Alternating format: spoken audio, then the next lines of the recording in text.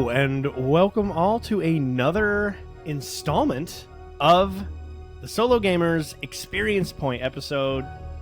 We are beyond thrilled to be here tonight. One, because we've been pumped to do this specific experience point for quite some time, and two, because we didn't record our regular show last week, which would have been episode 77. I had to just get the I had to get the number in there. I know right. Episode. Next week we will have episode 77 if you're listening, but this is our book club podcast for the video games that we play. One of my favorite things, always just so excited for that. I'm of course joined by our trustiest of co-hosts, Taylor and Kyle. Gentlemen, welcome in. Thank you. So happy to have you guys here. You know, next week you're going to say episode 78. I just know it. Oh, dude. Yeah. I will do everything that I can to avoid doing that. I promise. I will not. I would not blame you for thinking that, but I'm not going to do it. Okay. I'll figure out a way. I'll write myself a note or get a tattoo or something. Yeah. Like, what is that movie? Memento? Yeah, right. And he like writes the notes all over his whole body because he has like no memory past like 20 minutes or something like that. I say that mostly because that's kind of how I am. If I like try to remember something too early, I'll think that time has already passed, like later on in a sense. And so my mind would go, "Oh, episode 78." You know, because I think that's exactly what happened to me last time we did an experience point. Was that it felt like another week, and then I had skipped in my mind to the next number. So I was just I thought maybe if I mention it now, it'll help me later. Right. We'll see. Get it out there. So for this episode of the experience point, we are doing 2014's Alien Isolation. A little bit longer in the tooth than we originally were kind of planning on, but that's how we roll with experience point. I will never rush anyone through a game. I hate to rush through a game. It lowers my opinion when I'm like, oh, I just want to be done. I need to get this over with. I have to have this done by next week, and you're stressed in your life. So none of that. We like to make sure that we're coming in with the opinions unadulterated. And you know what? The game's been out for 11 years. It could wait another couple extra weeks. Right, yeah. To give it its fair shake. It's funny, just a general thing, and I'm going to pass it to you guys to kind of open this up. But something I was thinking about, I think when I was just lying in bed last night, just sort of thinking about recording this today, I was thinking about our top 10 list that we did for the Solo Gamer episode. I don't remember what number that was, but it was a few weeks back, maybe a couple months back. We did our top 10 games as we kind of brought the show back after a long hiatus, and as a good introduction for anyone new listening. And I think everyone was relatively new to Kyle, so we just thought that would be a good way to kind of get everyone to understand our tastes and how our opinions are kind of formed, or informed, I should say. And it's amazing how much recency bias can affect like that 10th spot. Yeah. No, for sure.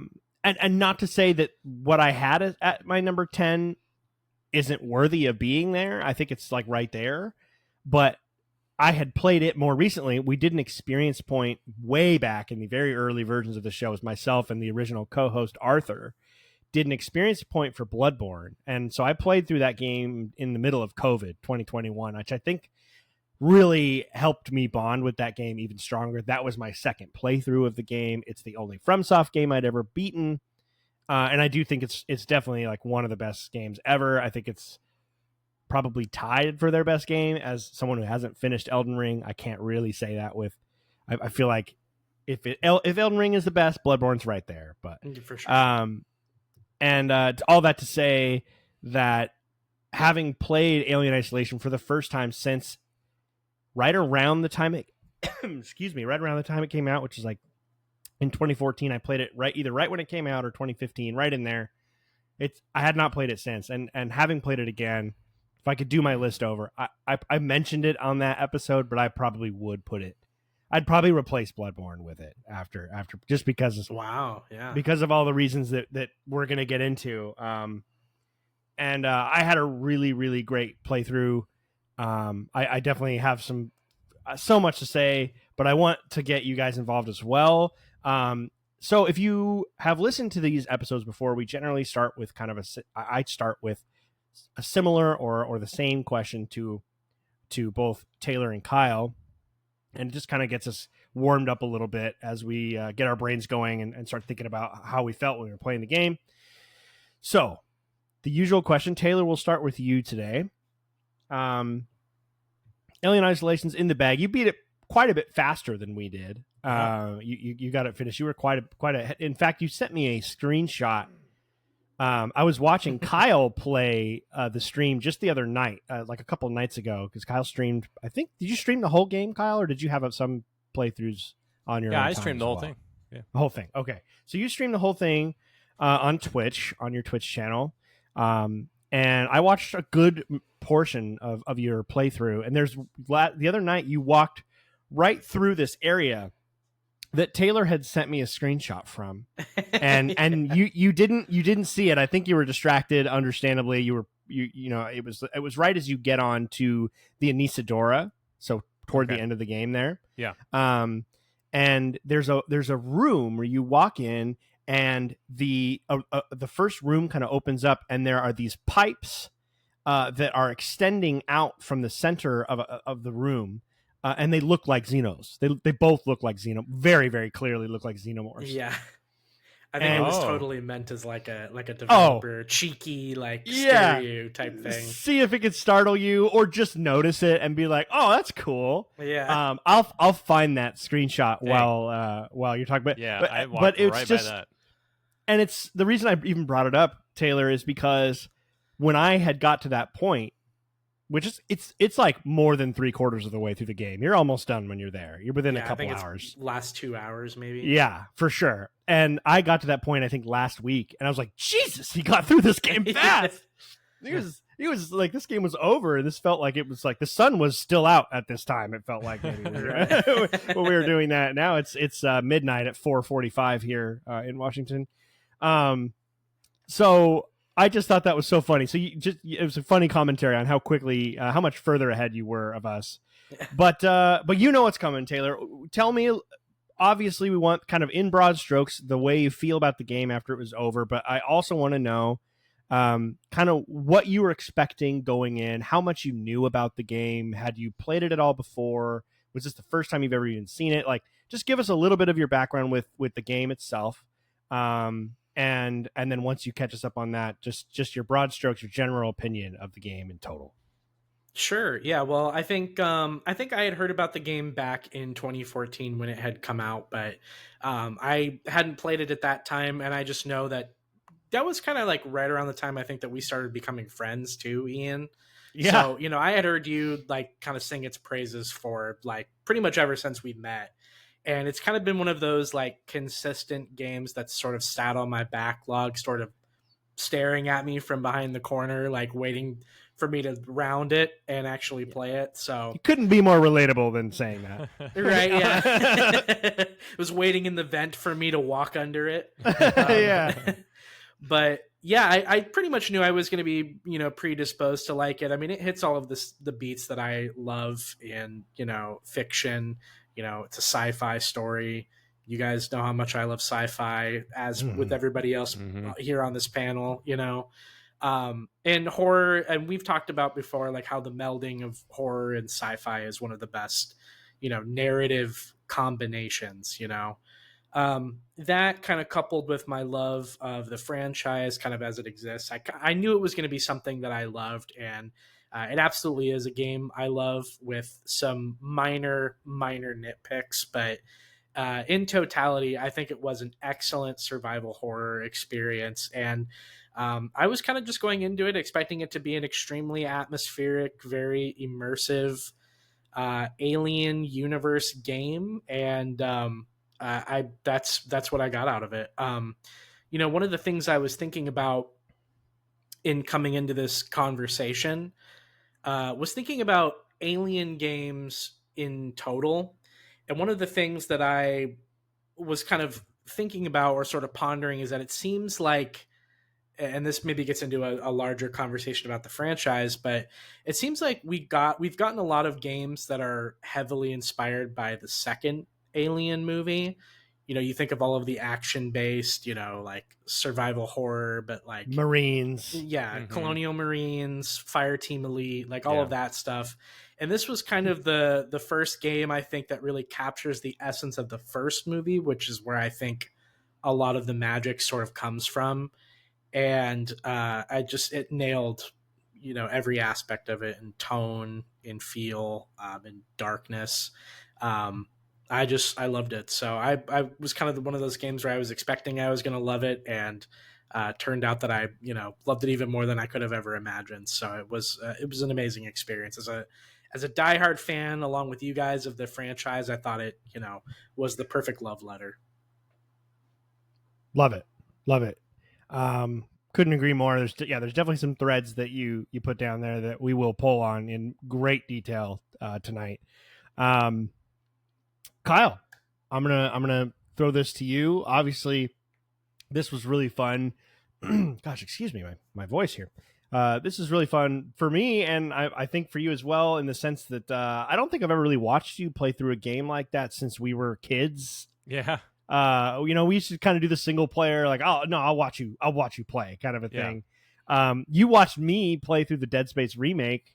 When that came out. Wait, and you kind of off and on watch me play through God of War when you got me to play God of War. That's true. We were living together at that time, and I felt like I sat down and watched here and there, but it was cool to really watch. I would say the majority. I think I maybe missed 2 streams like in the middle, but I know I watched you play it the first several, and then I watched all of the end.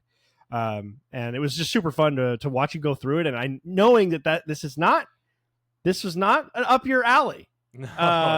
Traditionally, which is a good segue. So tell us a little bit about what you thought of the game going in, what you were expecting, and how it lived up to that, and kind of what you knew of it, other than whatever, maybe whatever you saw online or whatever it is. Just tell us what you were expecting going in, and then of course what your opinion was on the other side. Yeah, I mean, just kind of give some background. I mean, I did hear about the game back in 2014, you know, similar to you, Taylor. It's definitely something where you couldn't spend too much time with Ian without having that game being mentioned. So, but for me, it was always like one of those things where I was like, yeah, I'll just take your word for it. I'm probably not gonna play that. I'm good. Yeah, it sounds like a great game. What a great experience. It's taken me a long time to kind of come around to that, and I think really sitting down and watching you play Dead Space kind of opened my eyes a little bit about that. And then especially when I want to finish it, but when we played Alan Wake 2, or you played it and I was watching you really, it brought a lot to the forefront of, like, you know, I feel like I can handle this, especially when I know that there's like a really good story to be told and there's a really good universe involved. So that's kind of reason why I started kind of coming around to it a little bit, is just that sort of appreciation of watching you do it. And then at that point I was like, I could do this. That's not a big deal. Yeah. So that's kind of where it started off. I wasn't expecting a whole lot. I will say I wouldn't necessarily claim myself to be like an Alien franchise fanatic. I do appreciate it, and I like it a lot. But I didn't really come at it from that perspective. But I will say that playing through this game, and I did talk about it a little bit at the end of my stream yesterday when I had finished the game. Playing through this game, there's like a lot of things that are about the horror of the xenomorph and being out in space that is like so important to the story and so integral. Like, if you don't have that fear basis of it, the whole story just kind of like falls apart. And so I think looking back on it, of like all the moments of where I was scared and really uncomfortable and really was not enjoying it in that moment, when you finally like finish it and you look back, I think it's just that for me, it was like a realization of like, I'm really thankful that I put myself through that, because even in those moments of being scared and not enjoying it, that moment was telling a story to me. Mm-hmm. And it gave me a whole new appreciation for the Alien franchise in general. I feel like watching the movies now, you know, I could feel like I can relate to the main characters a little bit more, knowing what that feels like, being stuck in essentially a big box with a very scary monster. Yeah. You know, Yeah. that is absolutely horrifying, and also at the same time kind of thrilling um, and very interesting. I do want to talk more about it but I know that we want to kind of progress naturally throughout it. But that's just kind of my general take on it. Is I've grown to really appreciate, you know, what the horror side of it actually brought into the story. So for me, that's what kind of made it worth it. I don't know if I necessarily like the feeling of being scared. I don't think I'm there yet. um, but I do think that it made me way more involved in on the story, and it made me appreciate all of that a lot more. So that's my kind of takeaway from it as well. Yeah, no, those are great takeaways. I would say, and this is just my experience, so I don't know. I don't know if Taylor feels the same way. I have never enjoyed feeling scared during scary games, and I still don't. I don't like the feeling. I don't go after feeling that way in any other time in my life. I would say that, like, when I've mentioned, I think a couple times when you were playing in the stream, that it's kind of addicting. Mhm. It doesn't, you don't, I don't ever feel in the moment like I want to be there and I can't wait to play this again. When I'm really feeling like it's going to get me, or I'm feeling really scared or stressed out. But I would say it's kind of the same thing. Like, you know, when someone who doesn't play games or doesn't play story based games, potentially, maybe someone older or someone way younger, and you're talking about something like The Last of Us Part 2, and they're like, this doesn't sound fun. Yeah. And it's kind of the same thing where it's like, no, it's not fun. This is not a toy, right? Like, video games offer everything that film does. I'm not like running into the theater and buying popcorn and getting ready for an action-packed night when I sit down to watch Schindler's List. You know what I mean? It's like, you enjoy it because it's just really well done. It's really good. It has an incredibly important story to tell, and the same thing goes for horror. It's just sort of about the way it makes you feel afterward. For me, has always been, that's what's gotten me into some horror games. There are horror games that I don't like, and they're the same kind of horror games. They're similar to horror movies that I don't like, which are just like gore fests. You know, just gory to be gory, scary to be scary. Ooh, you're in a you're in a lab and you're just gonna tear all these people apart and you're gonna be torn apart, and it's just like, there's just nothing to it. It's like, that has never been a thing for me personally. I've never been into that, but I love Dead Space and Alien and the Resident Evil games because they have so much other things going for them. They have really interesting gameplay mechanics and really beautiful graphics, and they're fun to control. They are fun to play, right? The gameplay is riveting. You're engaged. And I just think it's sort of like that. Like, I just think it's sort of that there's some base level, like, misunderstanding of a lot of people of like, this should be everything. Every time you sit down to play a video game, you should just be having like a blast. And I was like, Right. not necessarily. I mean, you just want to have an experience that makes you feel something. And I feel like Alien Isolation offers that in spades, right? I mean, I think that's why I think it's so great, because there's very few games that have me more utterly focused and engaged from a second to second basis than this one. There's a few out there. I feel that same way when I'm just about to kill a boss in a FromSoft game and my health is low and their health is low, and you get that like, all right, that focus, right? The like, you're playing a multiplayer match in like Halo or whatever, and it's to 25 and it's ranked or something, and they have 24 and you have 23. You're not just like, oh, this is great. You know, I mean, you are in. You are fucking like in there. You're. I mean, the whole world disappears around this moment, and that's what I think is maybe the singular most special thing about Alien Isolation. Is I feel that way, like every 30 minutes in this game. It never lets up in that way. So, and that's hard to do. I think that's really hard to actually make it happen. So, so we'll get into that and more. In fact, that's. Oh, go ahead, please. Or I was gonna say, and kudos to you, Kyle. I think for like stepping out of your comfort zone as well to maybe try and get into something that you wouldn't normally play, or stepping outside of that field. I think that's also one of the things I love about doing the experience point too, is that, we're kind of guiding ourselves into an experience that, either a couple of us have kind of lived through before, or all of us are kind of experiencing for the first time. And sometimes that requires some uncomfortableness, kind of getting into something new. And I know you said that you're not quite there yet with the horror games as far as like finding that experience fun, but I appreciate that you jumped on the bandwagon with us and soldiered through. So thanks, man. Yeah, it was very rewarding. I'm glad I did it. And I definitely had a feeling that this is the type of game where it would click for me. So, but yeah, no, I appreciate that. Yeah, because it definitely, like, there's moments where I'm like, why did I do this? Why did I do this? Yeah. Yeah, no, and I don't blame you for that. I mean, hell, there's moments where I felt like that playing it.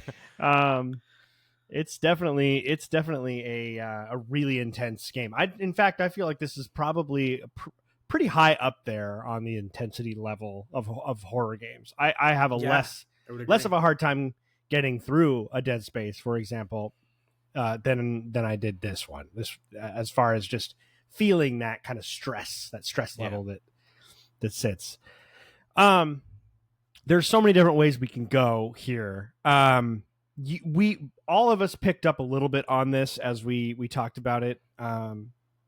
So we can kind of jump in there. Let's kind of jump in on the franchise a little bit and where this game fits. And just how well a representation of the Alien movie franchise this game is. There's a lot of different ways that we can discuss that. Obviously, the art direction is a huge part of it, and I want to get into those details. So just be thinking about that a little bit, and I'll come to you guys. I think the first thing I'll just say before I pass it on is, I think why I love this game so much is it's one of the few examples of a group of creatives, in this case, Creative Assembly is the name of the developer, a group of creative people who clearly love an IP. Mm-hmm.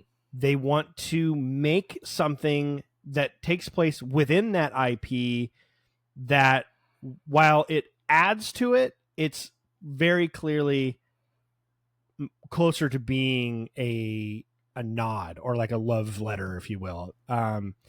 And I feel like it's really, really difficult in movies, games, all of it, to figure out how to balance not being straight up fan service / fan fiction, and also not missing the entire point, like across the board, and just sticking the name on it.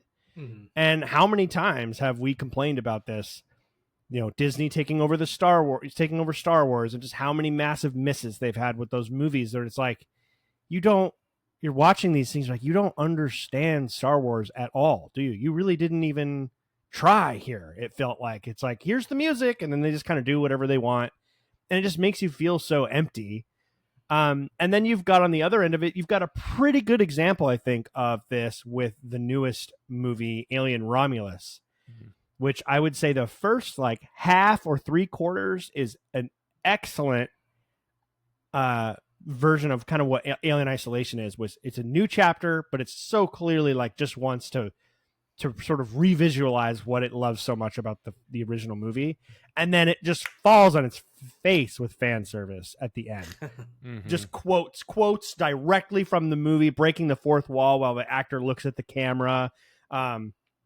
Forcing one of the character, well, sort of a character from the original movie whose actor has died with CGI, and it's like just not. It's just so distracting and it's just these kinds of things that are like they go too far on the other direction, where it's like you couldn't even think up of ways to make this special and different, and stand on your own 2 feet without getting really cheap references and things like that and fan servicey. So there's like, it's a really dangerous game to play. Right. and I don't think I've seen a better example of that than this game. I almost called it a movie. Alien Isolation is like perfect, I think, in that way, in which the entire thing is a absolute like worship of the original movie. But there's never a moment where Amanda says, "Get away from her, you bitch!" Like, there's nothing like that. There's never just this big wink from the developers, like, "Hey, you like this too, right?" Yeah. They have more respect for the source material than that, and I think that's just an absolutely perfect example of that. So I just want to start there. Kind of just, I don't know if that sparked some thoughts for you guys, but Taylor, go ahead and what do you think of how it represented Alien and the franchise and the story and all that? Like, we'll get into the story a little bit more, but just let's start with that and we'll work our way through it.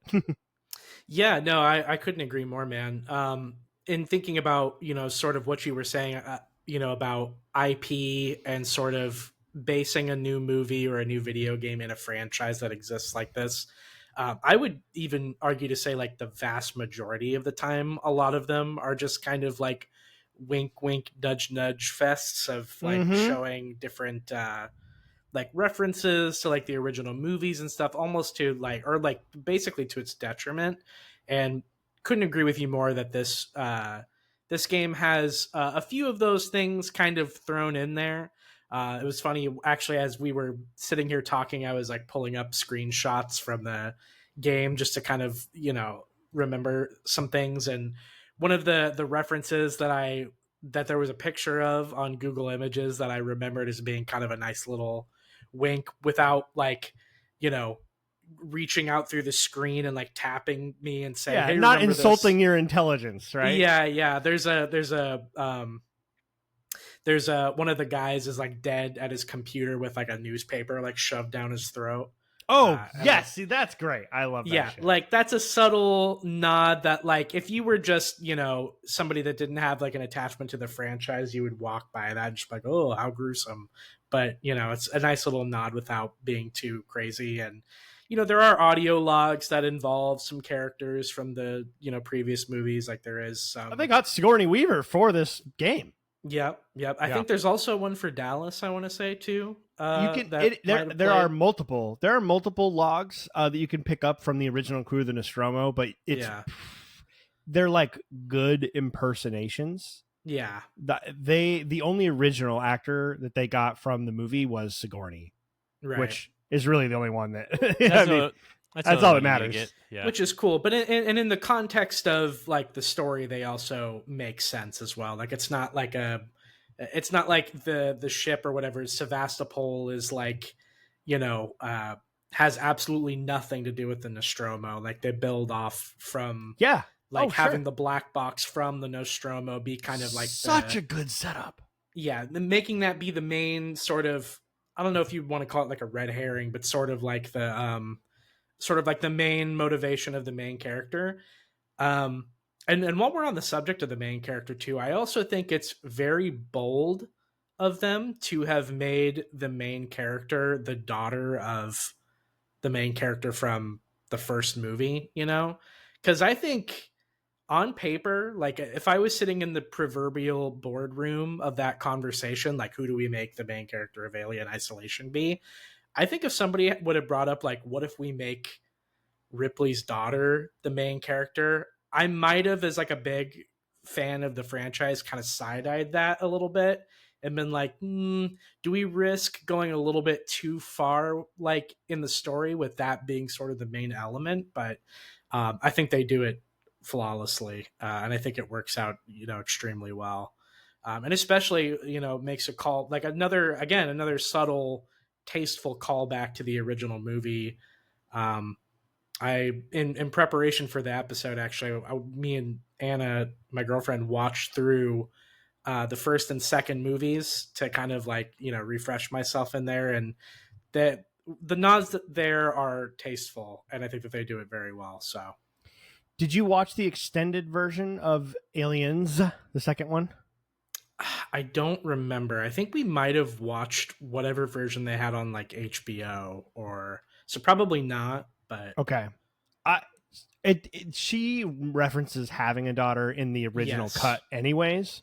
Yeah, but there's in the extended version of Aliens, when Ripley is sitting in that, you know what? I don't even know if that scene is even in the movie at all. There's a scene in Aliens where she's sitting on a park bench and it looks like she's outside in a park and there's birds singing and stuff. Yeah. And the camera slowly pulls back, and then you realize that the park is actually like an entire wall is a video screen, sort of like their idea in 1983 or whatever it was of kind of like an immersive peaceful experience. She's sitting there pretending to be outside. Yeah.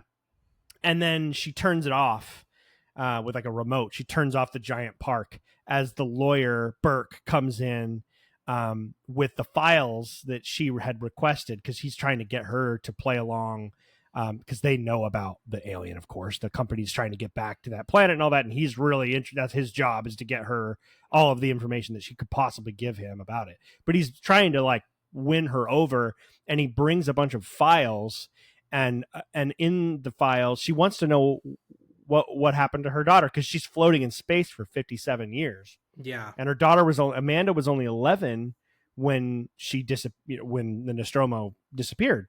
Right.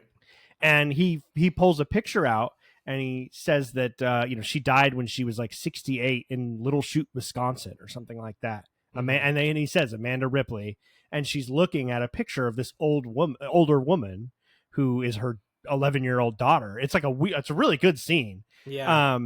But I have always wondered if the fans of, or the people at Creative Assembly was like, well, there she is. I mean, what if Ellen Ripley is looking at this picture and having no idea that her daughter went through this same thing. Yeah. And it's such a good setup.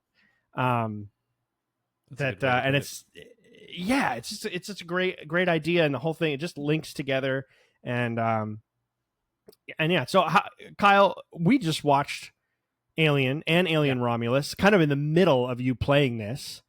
How do you feel that Creative Assembly did? Like the what kind of job did they do, since you were watching the movies and playing the game at the same time? Like, how did you think they did on kind of recreating that world?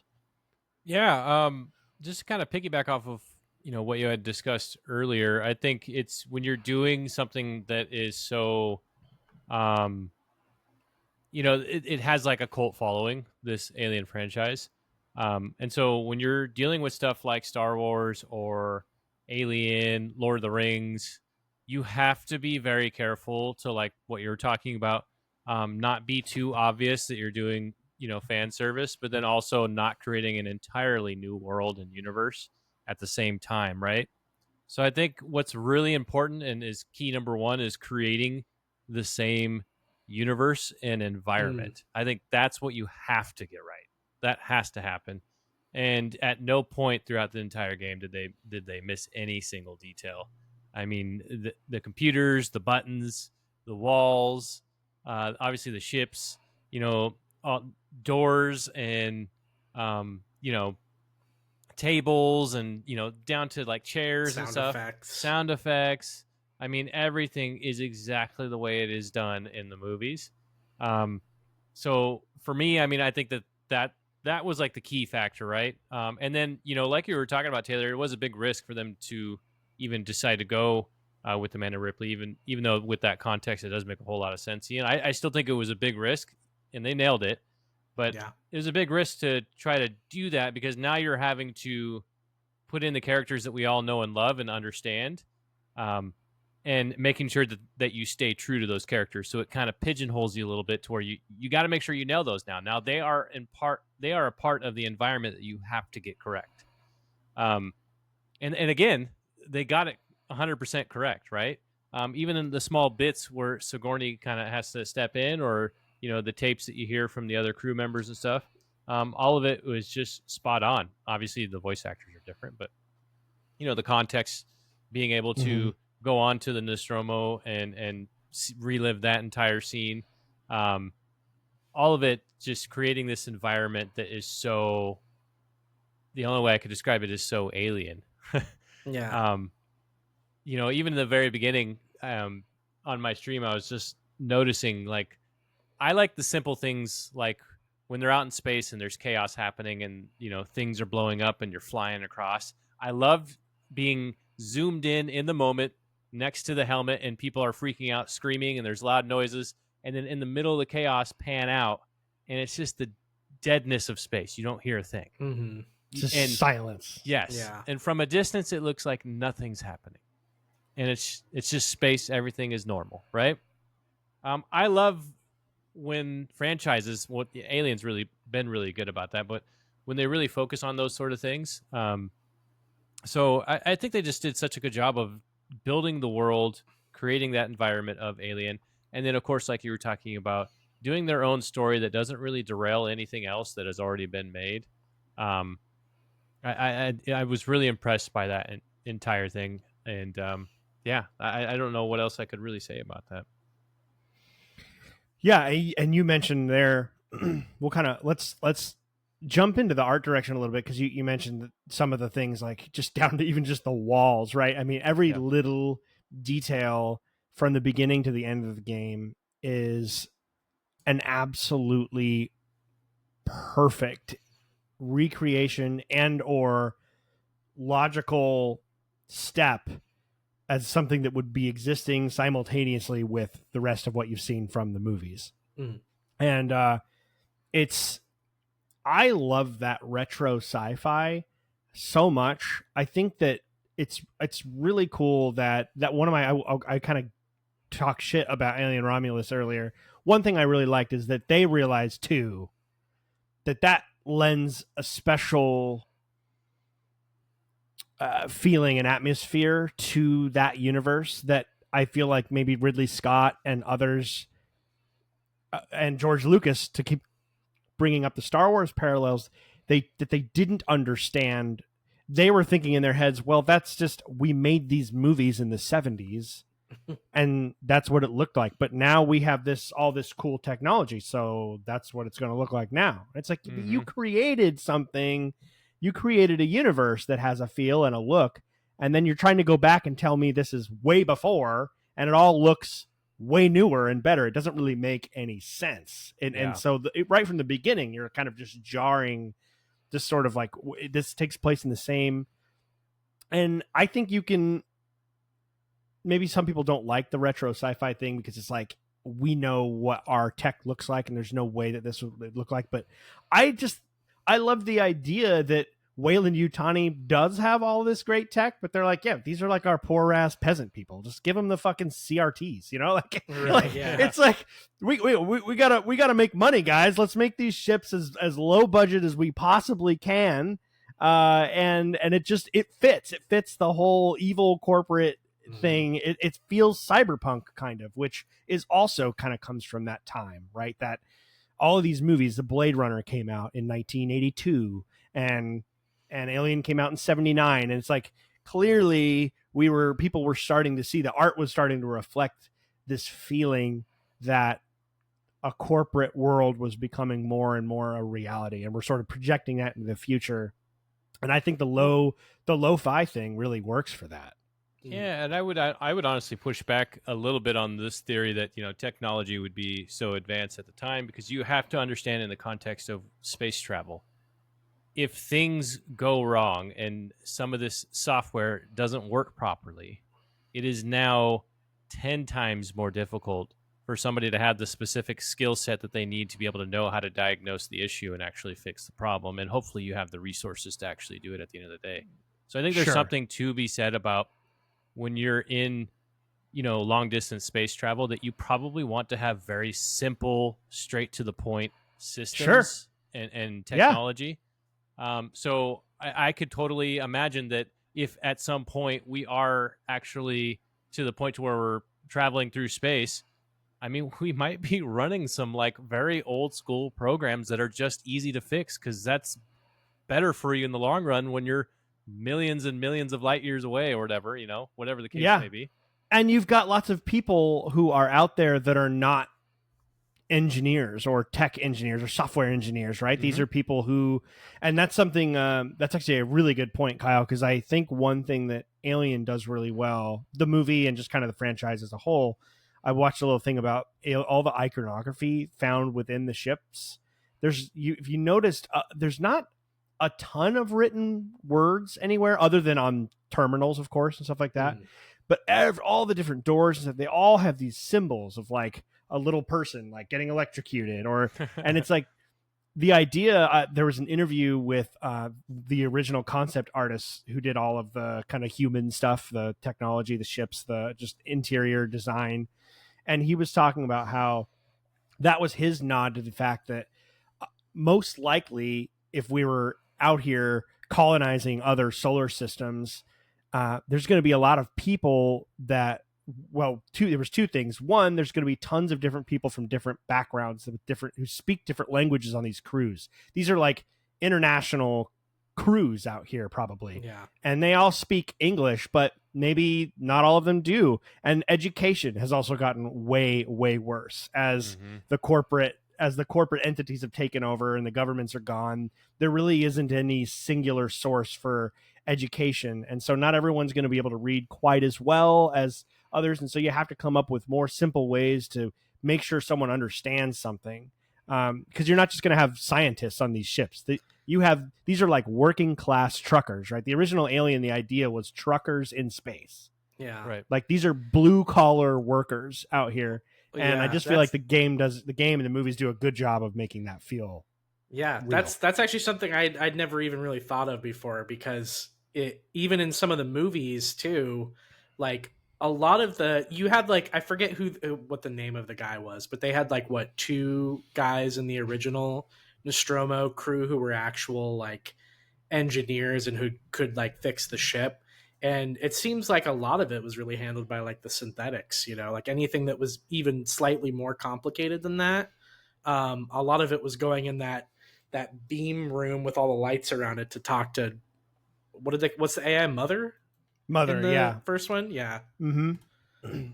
So yeah, it's interesting that they have seemingly kind of like automated that to make a more seamless future where if everybody on the ship has no idea what to do, they could just ask the AI to like help what them. The solution is. Yeah, and they have Brett. It's like Brett and Parker are the guys down there, and they're all pissed off about their money and stuff, and it's like they're down. No one understands them. They're down there all the time, and everyone doesn't appreciate them, and see, like, you come down here and fix this. It's just like this. It's these sorts of issues that we have at work every day. That's the IT department for sure. Exactly. What's that moment? I think Brett and Parker are down there, and Ripley says something like, "I'm coming down," or whatever, and they have these. There's so many little off the cuff conversations they have that just sound like such workplace vibe. Just. Yeah. I don't know what the hell she's coming down here for. She better not fucking talk to me or whatever. Just these like complaints, and it's so true. It's so accurate. And yeah, to your point, like they have a science officer, and the science officer is an android, and no one even knows for the vast majority of the movie. They don't even know that Ash is an android, right? And there's a small mention of it in the movie, and there's a much greater mention of it in this game. I think one of the first files that you find, I think a Nostromo file that you find in the game, is a recording of Captain Dallas.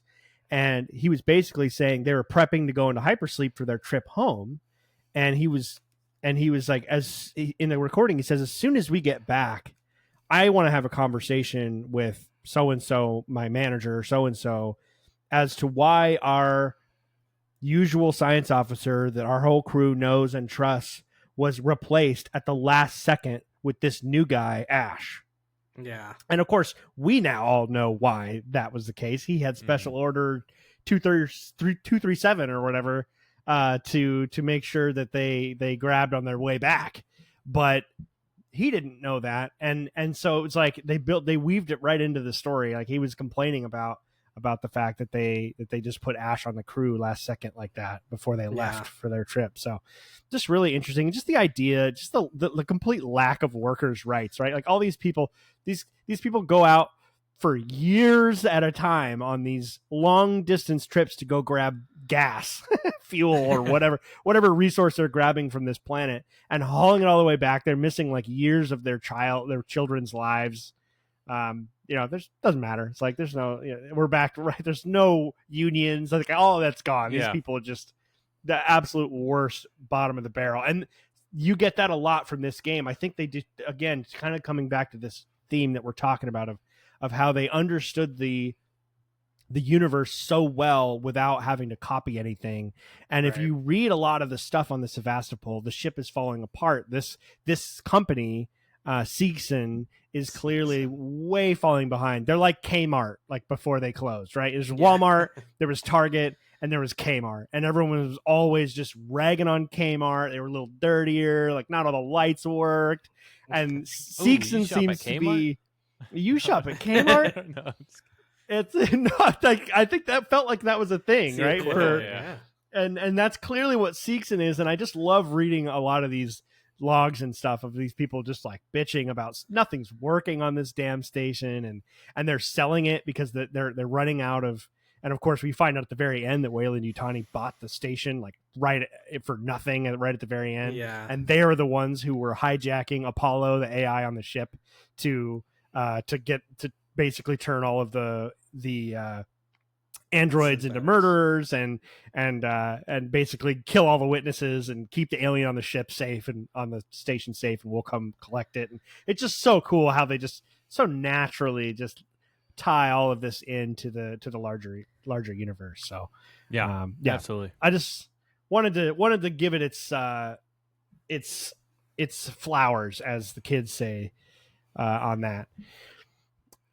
Let's get into the nitty gritty. Was there anything else you guys had to say on sort of the franchise love that this game does? Did you have any? No. Okay, I just want to make sure I'm not moving too quickly and skipping what you guys have to say. Shout out to the franchise. Yeah, shout out to the franchise. Love Alien. We got to watch Aliens soon, Kyle. Now that we've finished, I'm really down. It's the next one. I think, especially like I had mentioned earlier, having played Alien Isolation, I think I'm excited to see how I feel about watching it now, because I think being put into those situations is going to make it feel a little bit more tense watching it, because I'm like, oh, dude, I know what you're going through. I mean, I didn't obviously personally experience it, but man, I got pretty damn close. So yeah, it's definitely as close as you will ever get. Yeah. Hopefully. Can I ask something really quick? Actually, I just please do. Alien wise. Okay, so I haven't seen Romulus, so keep in mind, like, I don't know like much about the story that far. Oh, so I'm sorry. I may have spoiled some stuff. I'm so sorry. I did not know you had not seen it. No, you're good. I was actually gonna say, I was trying to get to the point, like, actually before this episode, I wanted to watch through like the whole series up to then. Yeah. Because I had heard Alien Earth is getting like rave reviews, so I was like, I want to watch through it. What I was gonna ask was I had heard rumors that Romulus makes some callbacks to Isolation. Is that correct? Okay. Yeah, one specific, and there might be more that I haven't caught yet. I've seen it 3 times. I saw it twice in theaters, and then I just watched it with Kyle. So quickly, just to let you know, if you were talking about watching the whole franchise, I know you watched Aliens. But if you were to count Isolation as, which it definitely it is now canon, I think, because of what you're talking about. Right. Yeah. 20th Century Fox helped produce this game, so they're in on this. So Alien, and then Isolation takes place 15 years after Alien, Mm-hmm. which would make Amanda, 11, 21, 26 in this game. Yeah. And then Romulus is 20 years after the first movie. So the game actually does take place canonically, like prior to, or chronologically prior to Romulus. And the one callback that I know of, and there may be more detailed ones that I haven't caught, is that there are multiple times the save stations are in a Romulus. Very, very, they're right there. He makes a point to show them out. They say emergency. They're yellow and blue and white, and they have the phone with the cord, the exact same. They are, and they're blinking. They make the sound. All of it. They're in it. It's awesome. So that's the one that I know. I'm curious if there are more though. That would be really cool if there were more than that. But those are the huge Easter egg drops. That game. So the director, Fede Alvarez, he had always loved the original movie, and he's made several horror movies prior to Romulus, and he always kind of wanted to make one, but he just felt like, I remember reading an interview, he just felt like there was nothing new to be done, and it wasn't really scary anymore. He felt like he couldn't bring anything to it.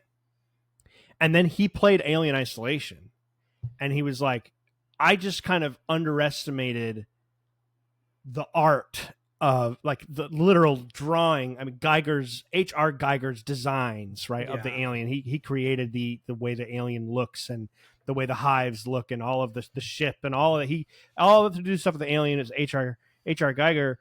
And he's basically said, he's like, I realized in that moment that I don't have to reinvent the wheel. This is still scary. Right. Even now. And I can literally just do it again. It can just be face huggers and aliens, and it could just, nothing has to be different, and I can still scare the fuck out of people. And he did. Awesome. And he said he was inspired by Isolation to do that, and he started working as hard as he could with 20th Century Fox to get another movie going. It took a long time, but this is kind of cool to know that, how all this stuff sort of mingles together. That is cool. So I'm going to save kind of the story, the narrative, and so like some of the final window dressings, if you will, kind of as our ending thing. I want to make sure we have more than enough time to get into the nitty gritty here. Two kind of major things, right? There's the generally sort of the game design. So the maps, the way that the game instructs you to get through areas, how little hand holding there is that good? Is that bad? Your takes on that. And then of course we have to spend a nice chunk of time talking about the xenomorph in this game, both from the way it looks and kind of the animation, all that side of things, and also the AI of this alien, which I do think, we've talked about this before. I don't know if it was specifically in reference to Alien Isolation, but the three of us have talked about how when we were in high school or maybe a little younger, that maybe in the era of the original Xbox and the early 360, the idea of what games would be in the future, and we had these ideas of like, man, can you imagine how good AI will be, and stuff like that, and like how nothing has really advanced except for graphics, and even those have kind of slowed down. This is an example of like what I was thinking of when I was a kid. I didn't know it yet, but this was something that was so different. The AI and the way it works is so original and just beyond. I still haven't really seen it much else like that. So I really want to hear you guys just kind of talk about your experience playing the game, the moment to moment kind of stuff. What do you feel like it does best? What do you think about the AI of the alien? Did it live up to the hype that you heard prior? Taylor, go ahead, start us off a little bit on the gameplay, the actual playing of the game from moment to moment, mission to mission, and what you thought of it from a. I think you can't talk about Alien Isolation or even like broach the subject without talking about the AI and how advanced it was for the time, and even still like how advanced it is today. It's very interesting, sort of how it all plays out. And I would say one of the things that makes this game really interesting is that I legit think it's a very challenging game. I mean, even on like the normal difficulty, like there were kind of points in time where I was like, man, this is actually way more difficult than I was expecting it to be.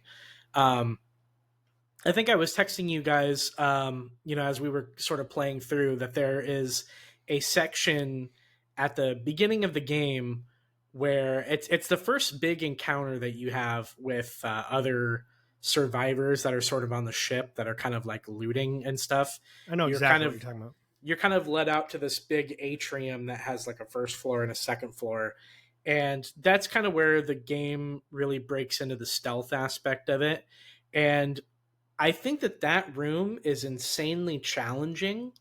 It is. But I think it does a very, very good job of sort of teaching you how to play the game and sort of teaching you, how to deal with the stealth sections in the game, which, of course, the whole game is stealth. I mean, you're basically running from hiding spot to hiding spot basically the entire time. And that one section, while difficult, I just think teaches you the game so well. So it was kind of one of those things where I think that there's probably a good like 2.5 hours I spent in this game where I would just get to like an encounter and I'm like, I just don't know what the solution for this is. Like, I feel like I'm, going at a snail's pace. I'm being as careful as possible.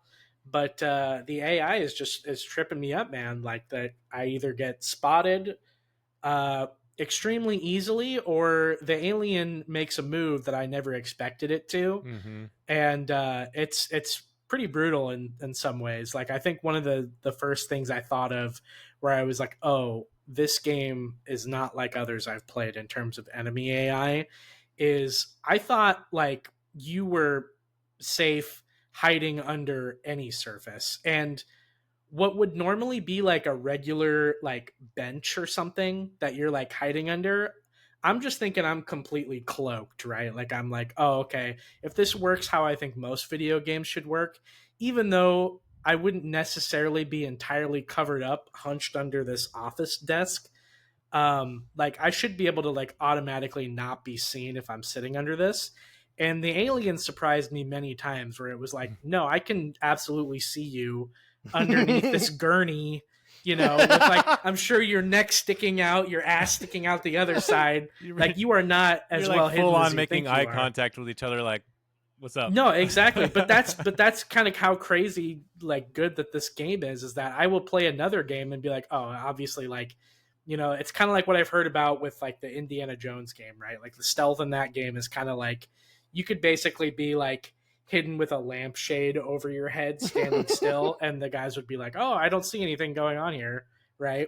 But Skyrim, it must have been the wind, and you're like, yeah, right there, exactly. This is not working in Alien, man. I'm hiding under the gurney, and it runs at me from like a football field away to grab me and kill me. The worst is the footsteps, man. Oh, but yeah, shit. But yeah, man, the AI is incredible, and I think I didn't actually get a really good grasp on it until I actually watched a video breaking down sort of how it works. And I don't know if that like limited my experience of the game or it enhanced it, but I think it from that point forward, the alien was a little bit easier to predict its movements once I figured out how the AI actually worked. And the game became more manageable for me sort of after that point. But yeah, what is it? They have it broken down into two pieces. It's like the director AI, and then there is the like the hunting AI. Mm-hmm. And so as soon as I figured out like sort of how that worked and how the game was letting me progress, having the director AI sequence, know exactly where you're at, but sort of setting up like scripted sort of unique moments that'll be scary and cinematic, and then having sort of that time in between, like where it starts hunting, where you can actually like progress. Those were sort of the things that made the game more manageable for me, and I thought it was cool to see it broken down in that way. And I would urge anybody, honestly, if you're playing this game or thinking about playing this game at any point in the future, you should maybe watch that video. It'll definitely make the game a little bit easier for you once you can understand how it works. But I think just the pure artistry of like how it's made, only furthered to like enhance my experience. So yeah, in short, it was awesome. Yeah, I would say definitely, if you're listening and you haven't played it, well, first of all, we haven't spoiled anything yet, I guess, so that's good. But if you haven't played it and you're listening, I would definitely play it. It's tough. I would probably say to play it without knowing that first, and then play it another time someday later, knowing that. But to each their own, I suppose. Going in, having watched a lot of that stuff into the second playthrough of mine, it helped me, but I feel like only in the same way that Amanda would have started to figure out the alien's behavior as she had more encounters with it anyways, right? It's like you go in with a little bit better understanding. I think the missing piece between, you're right, there's the director AI and then the alien or hunter AI, and then there's like a value table, and they call it the, I can't remember if it's the chaos meter or the danger meter or something like that. But basically, the director knows exactly to the pinpoint where the character location is, and it communicates with the alien AI that's governing the alien's movement and ability to, like, it's looking for you. That's the whole point, is to find the X. Mm-hmm. So it's actively seeking you. And the longer you're in its presence physically, whether you're hiding in a locker or whether you're hiding right behind it or if you're following it, doesn't matter. When you're in close proximity with it during an area where you're supposed to be getting from point A to point B, right? You've got to go to the generator over here, and then you got to go to this terminal here, and then you got to go through that door to get out of here, right? Like, let's just say and that whole time it's hunting you. Every time you're next to it, that meter is going up, and each time that value increases, the alien is given it's like playing hot or cold with, like, the AI, the director AI plays hot or cold with the alien, and it will be like hotter, warmer, you're getting hot. And the more you're close to it, the alien, the triangulation of where the alien knows you are shrinks and shrinks and shrinks until it knows exactly where you are, which is why I think a lot of people, this game got like a 5.9 infamously by IGN. From a very respected, actually one of the few remaining respected gaming journalists, Ryan McCaffrey, who I do like and respect his opinion on a lot of things. He never understood it, clearly, and he blamed it on the game. And there's this multiple video essays of being like, this dude just never caught on. He did not understand at all, and like a lot of people blame him and IGN for kind of like ruining the sales of this game, because IGN was really big back then. And to give it such a bad score really, really, really hurt the developers and hurt the game. But he just kept dying because he just kept treating it like you did there, like in the beginning, Taylor, when you were like, oh, clearly in other games where I hide, I can just hide in anywhere where the game's allowing me to hide, and I'm hidden. Mm-hmm. And so he kept not moving. He wasn't moving. It, like, the whole point of that is that if you're moving and you're avoiding its detection, eventually that meter relents as you get further away from it, and it restarts the process, which is when you hear it jump back up into the vent because it gives up. And the meter goes back to zero. It has no idea where you are anymore. And you play this yo-yo with the AI. And it's like, how quickly can you get to all these 3 spots on this particular map without it seeing you while it's just hunting for you, and just quickly enough before the director AI finally says, she's over there, right in that locker. And that's why you'll notice, like, sometimes it's like, why won't it fucking go away when you're in a locker? And it's because that chaos meter is like 8 out of 10. So it knows that you're like in the room. It just hasn't been told that you're in the locker yet, so it can't rip the door open quite yet. Yeah. But there is nothing like that 8 to 10 moment. And that meter goes higher more quickly on the each difficulty level up you go. Yeah. So it's designed to push you because if you just sit around because you're scared, understandably, too long, it's going to get you. Even if it kind of seems unfair, it's going to find you. And so you have to like get out of your comfort zone and be like, fuck it, I'm going. I'm going to cross the hallway right now, right? You know, it's like whatever happens. And then of course if it kills you, that's a way for the game to reset, for you to reset. You get to start from the beginning. You're at zero threat level. I think that's what it's called, the threat level. Yeah. And you get to restart, right? And it's just this brilliant engineering. It's something that I would have understood or thought of. I don't have a deep enough understanding of how most AI works in games, but clearly this is something that has not been done very often. It must have, maybe it just took a lot of work, or it was really hard to get to function properly, but it just makes for an experience it's like nothing else. Kyle, I want to jump to you here, but the last thing I'll say is that when I was watching, Alicia and I were watching you play the other night. It's like your second to last stream, and she recognized the area you were in because I had just been playing like a couple nights before. I was just barely ahead of you.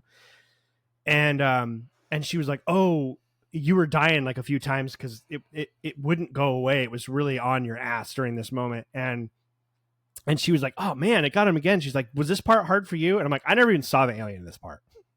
What?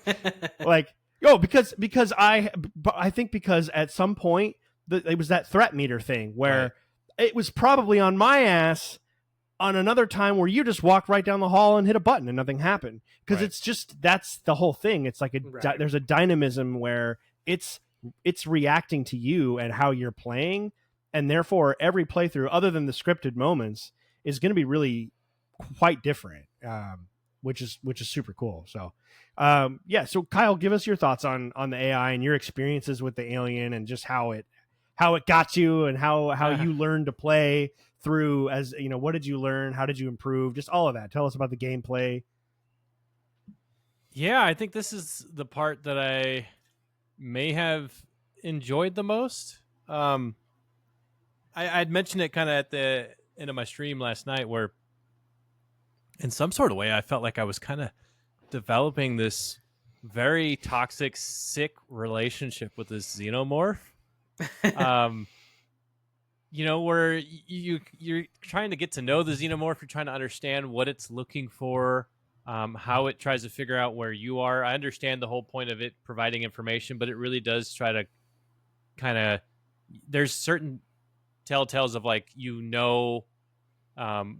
what it's looking for in that moment. You can tell whether or not it actually knows where you are, or if it's like in moments. I realized sometimes that like heavy foot stomping, like quick run, is because it's just pissed because it doesn't know where you are. Yep. And it still is terrifying because I'm like, oh shit. In that moment, you're like, oh shit, it knows where I am. It's coming to me, Yeah. But in reality, this xenomorph is like, this son of a bitch. I have no idea where he is. And so it's like it might trick you to move. Yes. And then there have fall been into times where that has happened too, where it like takes off and then quickly turns back around and is like, I got you. And I'm like, okay. So it's like playing that game of cat and mouse is kind of fun because it's a little bit of a dance with the xenomorph. I did find it was really challenging in the beginning, and I think especially when I think about the gameplay side of things, what I really liked is like trying to figure out when you're in rooms where there's like either synthetics or humans plus the xenomorph. That stuff got really fun. Because now I'm having to deal with the humans, but I know the big guys upstairs right now just waiting for something to pop off. So you're trying to be careful. Like, do I want to like take these people down? Because ultimately I don't want xenomorph to come down, because that's just utter chaos at this point. But I did experience some of the best moments too, where you got to sick the alien on like some of the guys that were looking for you. God, that never got old too. Oh man, I didn't play around. It was the so xenomorph fun. can stay especially upstairs. At the end. There's a point in time where like the company police are kind of searching for you, and so I would just deliberately like just throw a noise grenade into a room and just watch them get like torn apart by the alien. It's so good. And then after I watched it, I would just like walk back to my next objective. It was great. I love all their humans' reactions to it too. Like when you do that, you throw the noise grenade in there or whatever, and then when they know the alien is there and that you hear the human AI, and they're like, "Oh God, no!" Yeah. The guy praying, that security guy. Yeah. Oh, dude, I hadn't even heard that before I watched you play on the stream. Yeah, he started doing a quick prayer as soon as he saw the xenomorph. Yeah, So he was doing like a Catholic. He was like, what is that prayer where it's like, "Hallowed be thy name, thy kingdom come, thy will be done." Oh, really? I don't think I ever heard that. It was because it was cool. It was in the room, but it was on the other side of the room, and the human, the security guy or whatever, was like in the complete opposite corner of where it was. But it was walking around, and you know how it makes so that threat level, it'll make different noises. Like it'll be like when it first thinks it might know you're there, and then it makes that deep snake crocodile hissing sound when it's like about to find you, but it's like sort of a cue of like, you have a second to hide. It hasn't found you yet, but it's just about to. So it started making those sounds, and the human AI saw it, and he didn't immediately shoot, and you heard him go, "Oh God!" And then Kyle was like on the other side of the wall, and the guy was like, "Hallowed be thy name, my Lord, the Savior and the Spirit." Like he was like praying, and then he started shooting at it with a shotgun, and then it makes the sound. I don't think I ever noticed that. That's awesome. Yeah, it was a pretty cool experience. But I've had the same thing too, where it was like certain parts. It definitely starts to learn what you like to do, because in the beginning I'm like, okay, cool. Vents are like, that's like your safe zone, like 100%. And then as I kept utilizing those vents, eventually all of a sudden I'm noticing this guy's just ripping me out of these things over and over again. I've got to now find another way to move across this. I was stuck on one spot for I don't know how long. It was so frustrating. And I was really leaning on utilizing the vents for quite a few of the playthroughs, and then eventually it started learning that. So now I'm like, okay, now I have to be careful being in the vents as well. Stuff like that where it's like, okay, this is really cool. You're having to really study this thing and try to figure out, what it's starting to key on when you're making certain moves. Game plan. Yeah. I would say I actually have a slight critique about it though. Sure. I don't like the gadgets.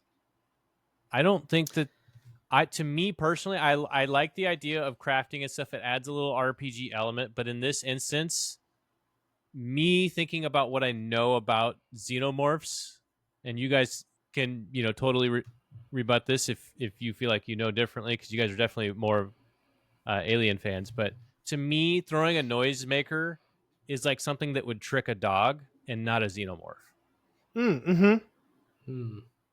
Yeah, that's interesting. In my opinion, these gadgets that you build and put together are absolutely useless against a xenomorph. And you might trick a xenomorph one time with a noisemaker, but if that noisemaker doesn't make a different sound the next time you throw it, it's going to know that you're throwing a noisemaker. That's a good point. I didn't think about that.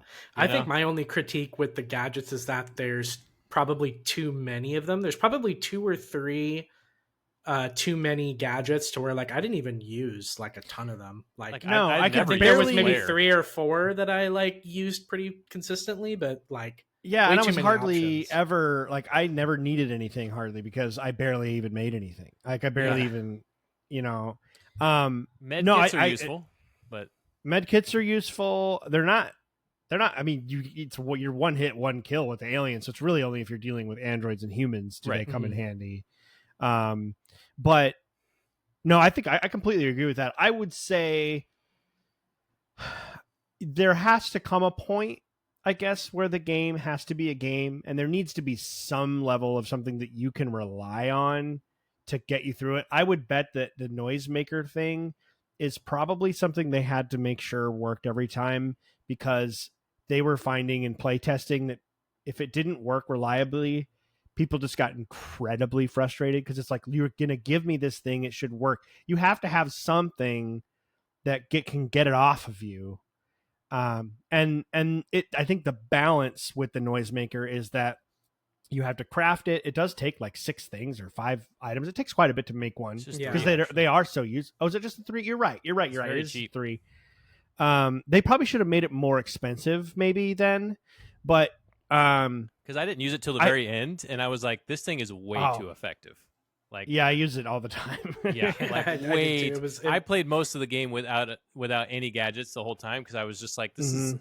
I can't think of a scenario where I would use a flare. I mean, Xenomorph's gonna just watch where I threw it from, so that's. It depends on when you. It depends on when you throw it. It sort of works like a noisemaker. Like if you know that it's in the other room, and you want it to go into the room that you're leaving, you can light the flare and throw it and get the hell out of there. And it will eventually find the flare. It'll see the light and be like, what the fuck? And it'll go over there and check it out. It doesn't check it out for as long, but it kind of works as like a mini noisemaker. It can be useful. I think they were most helpful for me in the hives, like the hive sections. They were pretty useful because there were only like a couple rooms, I think, in some of those situations. So if you like you said, Ian, threw one into a room that you were leaving, and then you crawled in one of those in between little tunnels that connected to another one, it like distracted them for quite a while, especially when they introduced the second one at the end too. Yeah, the flare was helpful in a pinch. That's when I use noisemakers. I'm like, if I don't do something, I'm not getting out of this room. Like, yeah. that just feels like more of a game design. Like when they were playtesting, people just felt like they didn't have anything that they could use at all, and they were probably just. People were getting incredibly frustrated with it, and they're like, look, we have to give the player something that they can reliably fall back on if they're really struggling with a section. Sure. And so I think you're totally right about that. I don't think it would fall for it multiple times. No, I totally understand why it's there. It's just for me, my own personal taste. I think about things like that where I'm like, this Xenomorph is going to fall for it the first time, but the second time it's going to know exactly what you just did. And if anything, you just kind of showed where you're at. Sounds like you might need to play it on a higher difficulty level sometime. Because on the higher, I will, because I played it normal the first time I played it through, and I played it on hard this time. And I didn't actually, I really struggled in the same spots that I struggled on medium for the most part. I think because I kind of knew what to do, but it didn't make it easy. It was just the little things that I noticed is on hard, you can't rely on your motion tracker as much. You use it all the time, but it can hear the noise. It can hear the pinging in hard mode within a certain distance. So if it's searching for you and you don't see it and you're in a locker and you think it's close and you look at your motion tracker and it goes, you hear it go, and it comes in and it'll rip you right out of there. Dude. It's so you can't look at it. You can't look at it if it's close because it's beeping. And like some other things where there were times where if it like on medium, if it sees you from a good distance and then you get into a vent or under the floorboard, when they have like the floorboards that open and you drop down, if you get into one of those and you get far enough away, it will like lose you before it gets to the vent. Like the vent almost turns into a locker. Not on hard. You just can't, if you're going to go to an event, you have to be hidden at that point. Cause it just like, there were maybe one or two times I learned pretty quickly where it saw me from a distance away. Cause I was walking and I was like, oh shit. So I would hide and I would be a ways off and I would get into a vent and I would crawl through the vent and go around the corner and wait. And I'm like, okay, I think I'm okay. And then I'd hear it go, the door open, and there it comes right through after me. Like it knew where I was. Once it spotted me, it knew where the hell I was. I'd have to like really run away or like throw a noise. That's when the noisemaker, I'd be like, fucking go over there. And just sprint and then hide. And you can only sprint for like a second, in those moments. And it's crazy, man. It's a lot of fun, but yeah, I just don't think I've really played anything like this before or since. Yeah. And some of the problems that it gave me and some of the frustrations that it gave me, I remember like one good kind of example of the AI, and then we'll move on to another topic. But it's about, I don't know, a quarter of the way through maybe, when you're in the first time you're in the medical wing. So you get all the way through it, and at the end of that mission, so it's like right before the moment where it sets the trap off and explodes. Do you remember that scene in the medical ward where it like there's like an actual like cinema or whatever like you call it, like a cutscene where the alien's about to kill her, and then that big detonation blows up and it disappears, and you got to climb out of there. Right before, so basically the journey back from that moment where you have to like wake up the android that comes out of the thing and it's like gonna kill you like right off the bat. If you have to like go around this really long room, it's cool. It's one of the open space. You can see the planet out there, and it's getting that orange light coming in. Yeah. And you have to like wait and get to the other side and get the terminal before the android walks back, right? So you go back, and then you have to get back through the medical wing to that spot where you trigger that cutscene. And the first time I did it, there were two ways to go. You can go through the main hallway, which had a fire going, and the alien drops down, the Xeno drops down, and it's in there, and you're like, fuck, okay. So I don't really want to deal with it, right? So it drops down, so I'm like, there's a shortcut. I can go through the middle. There's these two rooms. They're like medical rooms, and it's in fact, it's the room where the person that the Anisidora they had brought on in the face, the chest burster had come as the initial person that started the whole thing is in that room with they're on the medical table with the big hole. And if you go through there, it's basically a quick shortcut. So the first time I was like, I'm not going to go down this hallway. There's like no cover and it's out there. So I go back around. I hear it go back up into the vents. I'm like, sweet, I should be good. I'm just going to go through this shortcut. And I walked through the shortcut and it was in the vent above. I didn't see it. I didn't see the slime dripping down, and it just pulled me up and killed me instantly. And I was like, that's nuts, because it knows, like, it was out there. It knew that I was going to avoid it. It jumped back up into the vent, and it physically moved over to that vent and got me. Like, it caught me in my shortcut attempt. And then the next time I went through, I took the more painful way, where I thought was going to be more painful, and was able to sneak around and get through it. But just so cool. Like, just those moments of like, dude, I just got outsmarted by this freaking thing. Yeah. Like, pretty cool. So, that's definitely, I think, probably, there's definitely a trial and error aspect, right? I mean, it's you're going to die. Go ahead, Kyle. Oh, no, I was just going to say, I mean, the best way to play it, in my opinion, is just to, once you find a safe spot, just go out there and just run it down and just figure out what it is that's going to kill you. Just kind of accept the fact that you're going to die a lot. And that's kind of how I played it. Once I found a safe spot, all the tension would leave. And I'd be like, okay, cool, I can go die now. Because the worst thing about experiencing all of the horror is realizing that it's been a long time since you've saved. And now if I do die, I'm going to have to go through that again. Yeah.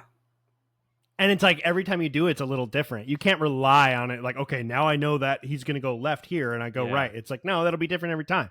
Yeah. So you can't really rely on the sort of like classic stealth, like, oh, I know his little route. Right. And when only the androids do that, or the humans, the alien just does whatever the hell it wants to do. Yeah. Which is pretty cool. So any final thoughts on kind of the glory of the alien? I do have one nitpick, but I just wanted to see what you guys, if there was any other things you wanted to talk about on that before we moved ahead. Just the AI?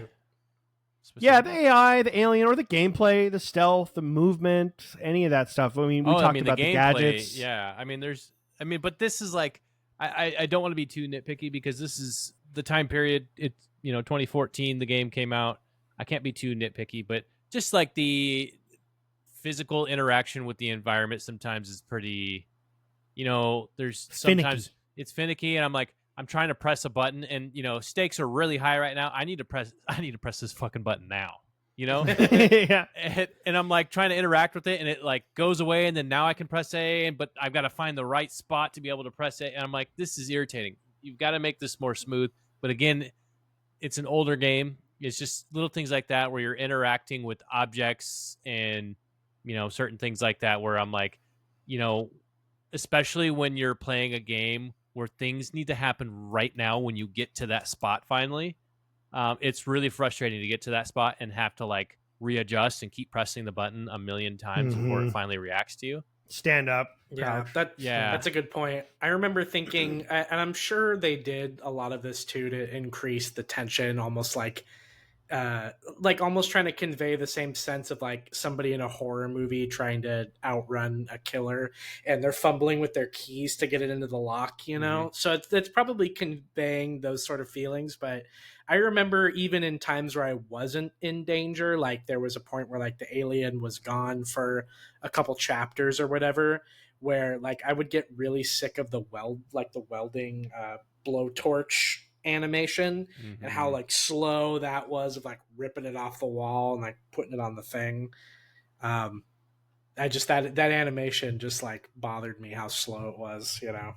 I mean, it also makes sense. I mean, it's like this like 26-year-old woman who's probably weighs like 160 pounds soaking wet.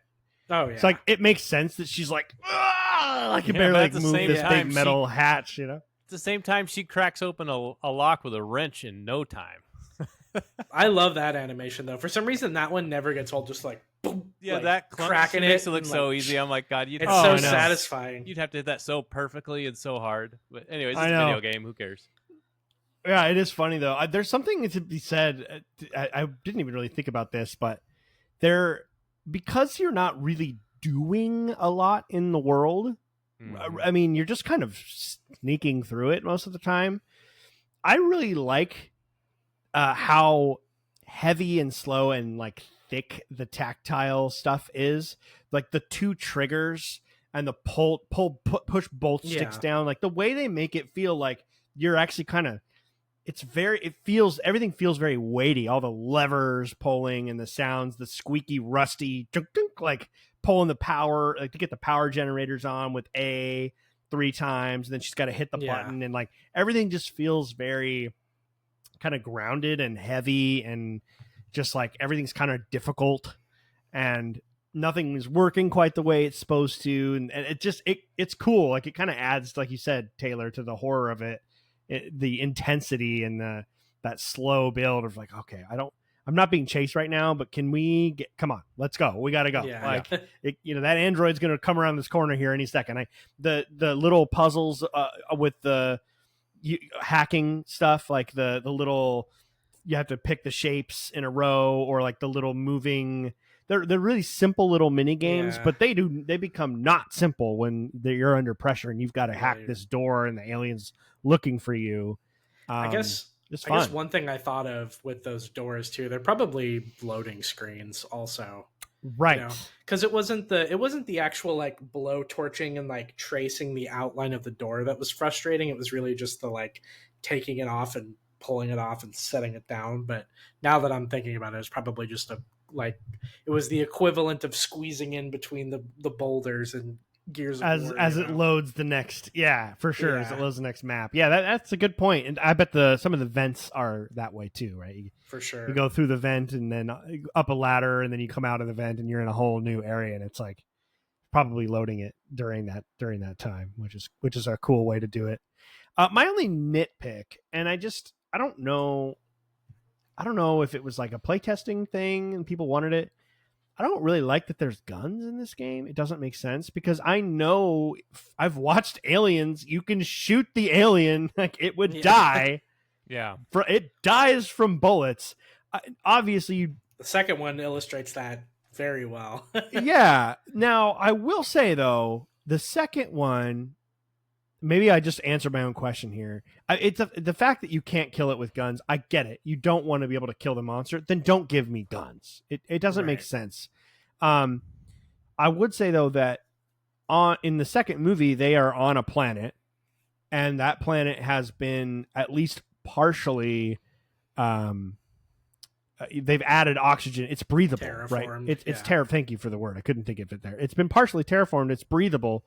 So it doesn't matter if you shoot the alien and its blood gets on the wall and the wall is now a hole and it's outside because you're on the planet and you can breathe on that planet. If you're in a space station and you shoot the alien and you're in an area where you're on that one of those areas where the window's right there, like it's over. Everyone's dead. It's true.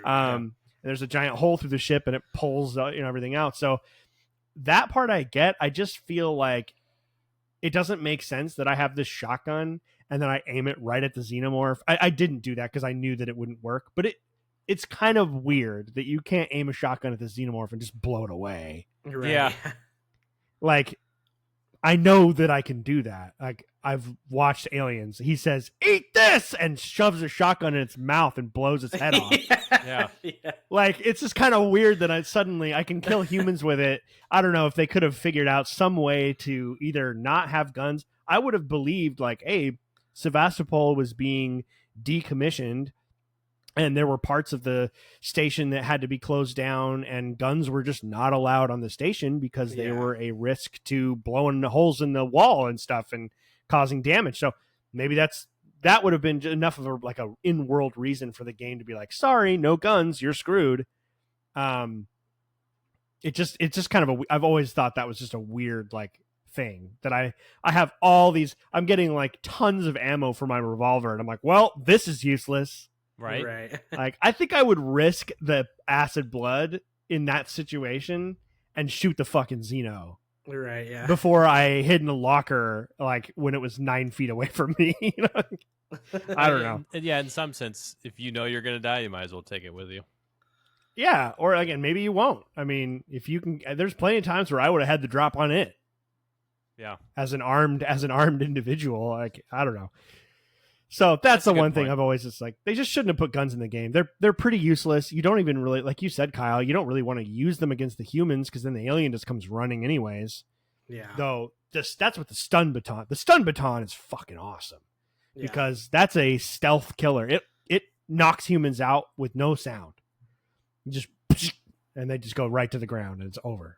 And that thing is the best. I used no gadgets basically until that's why I was telling you. I was like, you were in that room and there was the one human in there. I'm like, do you have? I think you have like 10 stun batons. Yeah, I had on that, and you're like, no, I don't want to attract the alien. I'm like, dude, it's a stealth kill. You'll just kill him and it'll be over. Yeah. And you can also zap the regular androids with the stun baton, not the rubber guys. The hazmat rubber guys are resistant to the electricity stuff. Yeah. But the normal androids, if you have a stun baton, you can just stab them and it freezes them, and then you just beat them up with your wrench and you can kill them. So there were times where there'd be like 2 or 3 hardcore mode. Yeah, you did. You made it very hard. There's just so many gadgets that I guess that was like a nitpick of mine. I was like, there's just too much going on here, and I can't think of a single scenario where I would want to throw a smoke grenade. What the hell is this? No, I never used the smoke grenade. Yeah, I was gonna say that's probably one of the more useless ones. I don't think I even or a flashbang. Like, what are we doing? Yeah, the flashbang doesn't really do much. It's really only the noisemaker, the stun baton. I used a couple of Molotovs. There's a few times where there's like humans after me, and they would all group up. It was sort of like Last of Us. They'd be like, "Oh yeah, be a good one. I got 5 of you guys in here that are about to be screaming and on fire." Yeah, those were great. But there's some really cool imagery in this game too, where I threw one of those things, and there was an android in there, and the android is just all on fire and looking at you and just calmly walking towards you, just flaming. Oh yeah, that's pretty crazy. That whole moment, there's like that whole section in the middle with nothing but androids. A lot of people complain about that part. I think it was really important to have a decent amount of time, a good chunk of the way through the game, to just catch a break from the alien. I don't know that I would enjoy another like 2.5 hours of being hunted by the Xeno. Like, it's a nice break, and it allows them to give you more story. And I felt like I could read more of the logs because I wasn't sitting on the fucking terminal hearing above me. Another thing where I'm like, well, I don't. It's not even really necessarily a complaint, but it's just for me. It was like, I mean, I don't really care about these logs right now. Like, yeah. I'm sorry. I'm too panicked right now. I'm thinking about where this Xeno is. Like, even if I am safe, I'm just not gonna be able to think clearly. Like, I think I don't know if it maybe would have taken people out of the experience. Maybe it might have taken me out of the experience now that I'm thinking of it. So maybe it's better in theory than practice. But I kind of wish there were ways to absorb the lore and stuff like outside of the terminals. Like I almost wish that you could read through the terminals once and then they would get saved in like a menu somewhere. They do. Or they like are a codex. Oh, are they? Oh, okay. Yep. I never noticed that for some reason. On the map menu, there's RB, LB options, and one of them is all the logs you've ever found in the in your pause. Oh, okay. Well, that's great then. Because I was like, I remember like thinking like there were like portions where I like wanted to read like some of the lore, and I was like, can I only read these like just at the terminal? So that's good to know.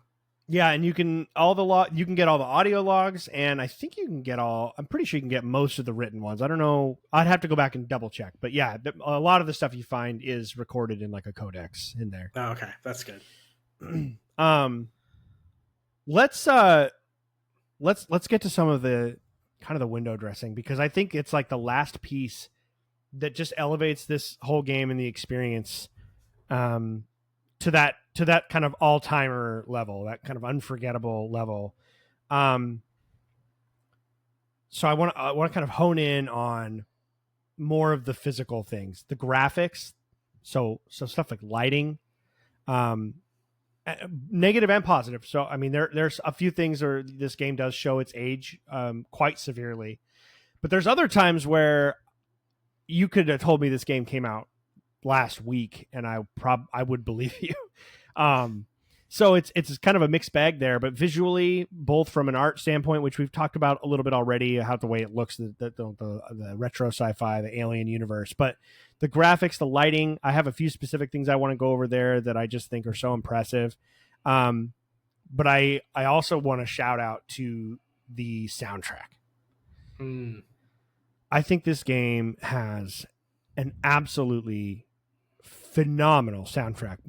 There's the moments where it will just, it's like they just know for the fanatics of the movies, like they know exactly when to play the little bits and pieces of the original score.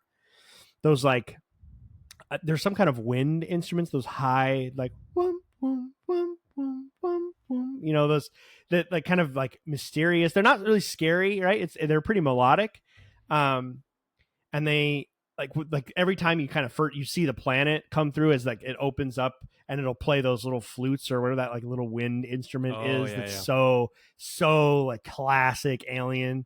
But then there's I think a lot of the other original stuff, kind of the techno, the really deep bass, like 16th notes of like it's almost like half sound design, half music soundtrack. And I think they incorporate it just so perfectly in every possible moment that they could use music to a great effect. They just fucking nail it out of the park. And I think it just like takes the experience to a whole different level. So Taylor, so graphics, sound design, music, those kinds of things, like kind of the final layer, right? You've got the bones with the AI, and then we'll get into the story. Kind of, we'll tie it up with our discussion of the story. But I just want to cover kind of the general stuff of all the game first. So talk to me just about anything you feel like you wanted to discuss from those kinds of things: the graphics, the music, the sort of the set dressing, if you will, of the game. Yeah, I think by and large the graphical fidelity of this game is excellent. I think probably for the time it came out, and even certain aspects of it now, I think stand the test of time. I think the only like nitpick I would have about the graphics is the facial animations. I think the character models are bad. They're so bad. They're not really like super expressive. I remember like there were like several times in the game where I was like watching a cutscene of characters and I'm like, is this guy like, I assume he's scared, but I can't tell like by his facial expression what he's like conveying exactly. Like I remember the worst offender of that, and maybe it kind of plays into like how unpredictable he was, but there was that guy you meet at the beginning of the game who's like the super paranoid. The bald guy? Yeah. You meet him at the beginning of the game, and maybe they're trying to play into like how unpredictable he is, and that's why it's scary. But I remember with him in particular, I was like, I have no idea what this guy is trying to convey as far as like, is he angry? Is he scared? Like, I really don't know. So yeah, as far as that's concerned, I think the facial animations were the only like nitpick where I was like, man, this stuff, it looks like 2014. They looked But, bad then. I yeah. remember playing it then being like, ugh. I mean, God, it's a year after the original Last of Us version on PS3 came out. Yeah. They looked like shit from the start. Yeah. And so 11 years later, they look even more, it's even more noticeable how bad that is. Yeah. So unfortunately, I think that's probably the nitpick there. But I also think that to contrast that, I think some of the best scenes were some of the moments where you're sort of like in the hive. Just seeing like the slimy walls with like the dark, like jutting, like black rock or like whatever that is with like the webbing on the sides. I just love the way that looked. And even those sections where you're like crawling in between those little tunnels where it's like wet and just like moisture is like I can almost feel like the moisture and the humidity in there, like as you're like crawling through those tunnels. So I thought that those were like really, really well conveyed. The soundtrack I think is really good. Like you brought up, Ian, there was definitely one part of the game though where it did strike me as a little bit weird.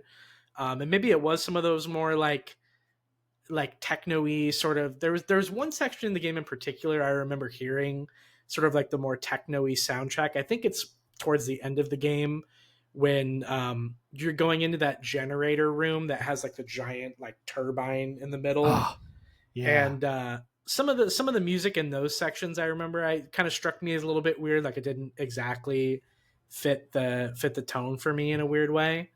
But yeah, by and large, I thought it was great. I think one of the things I love the most, though, is the sound effects in the game, like just the noises that the computers make, the tapping of the keyboards. I just thought like played in so well. My favorite sound effect in the entire game is the like beeping sound effect when you craft something. That like like whenever you're crafting something. I never got sick of that sound effect, and I just thought it like fit so well with the universe. But also like the scrolling like MS DOS like dude, it's like text so going good. across the screen. Yeah. So good. So I think even more so than the soundtrack, I think the sound effects are just like, I don't know. I love that shit. Especially it's so anytime good. they would bring a specific sound effect that was from the movie and use it in like the same way. So it's like that same thing we were discussing earlier about the balance of fan service without it being too much of a wink. And it was always just like, it felt not, it was like, oh man, thanks for putting that there. Like that was cool. Yeah. That like, there's, I can't remember what moment it is, but there's like you're on a computer. It makes that sound like in the very, very, very opening shot, I think, of Alien, when it's panning through the different parts of the ship before you meet anyone. And then that when they receive the transmission of like the beacon, and it goes, you know, like that weird, like little, like it sounds almost like a person or something. It's like this, like electric. It's like I don't know what it is. Like I know exactly. There's nothing else that sounds like that. Like it's this weird specific sound from Alien, and they would get all the different alarms and stuff that you hear in the movie, and like just it's all just when you do find when you go into Apollo's like room, like the white room with the the breathing sound, just like in the Nostromo, just all of that stuff. The sound design they use. One thing I think that great horror games that I notice always do, like Dead Space and this game especially, they really make use of incredibly loud shit to heighten the suspense, because it's like I can't hear if an android or an alien or whatever is behind me or coming or nearby, because it's so fucking loud in here. Yeah. That reactor room, I don't know if it's the one you're talking about, at the end, like right before you go, you see the hive with the giant like half like orbs and all the lightning that's like striking between that room, and it's just this vast room with all these giant nuclear reactors, and they're all just like you just can't hear yourself thinking there. It's just, the tension's crazy in that room. Well, the shot, I was thinking the shot, one of my favorite shots of like the whole scene, like game too, is like comes at the end too, when you're like in the observation deck, like overlooking that room, and you're seeing like all of the xenomorphs like crawling up the side of it, and then they're like crawling over the window. I love that scene. That's I love so how cool. small they do scale really well in this game, like how freaking huge this station is, because in that moment when you can actually miss the first alien because it jumps up and it's this tiny little pixel, and then it jumps up and they keep moving. It kind of catches your eye, like, oh shit, like there they come, and then it comes up on the window in front of you. Kyle, do you have any kind of specific things about graphically or sound design or anything like that you remember, or just things that made an impression on you like that? Yeah, I think that's the one thing that stands out. That really surprises me about the fact that this game was made in 2014. Obviously, the cutscenes with like the animations are a little bit weak. I don't think that was their focal point, but just when you're in the game, the gameplay surprisingly looks a whole heck of a lot better than the cutscenes too. It's usually the opposite. But yeah, I mean, just opening scene is just it sets the tone for what an alien themed either video game or movie is going to be. That like slow, kind of eerie, creepy sound that kind of comes in, and you see the ship off in the distance with the big planet just rotating around. That opening menu is incredible. Oh yeah, like that howling wind sound. Yes. Yeah. Oh, dude, it's so I would love to just play that and just like go to sleep to that, to be honest. It's so unsettling. It is. I don't know. But I get it. It's kind of brown noisy. Yeah, exactly. But yeah, I mean the sound, the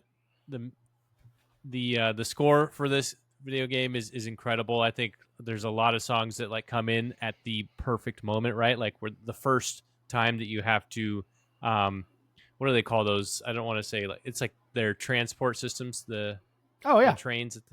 Yeah. The first time you have to call one over, and there's no alien here, there's no xenomorph, but in the back of my mind I'm thinking, okay, this is like a good time for me to like be introduced to one.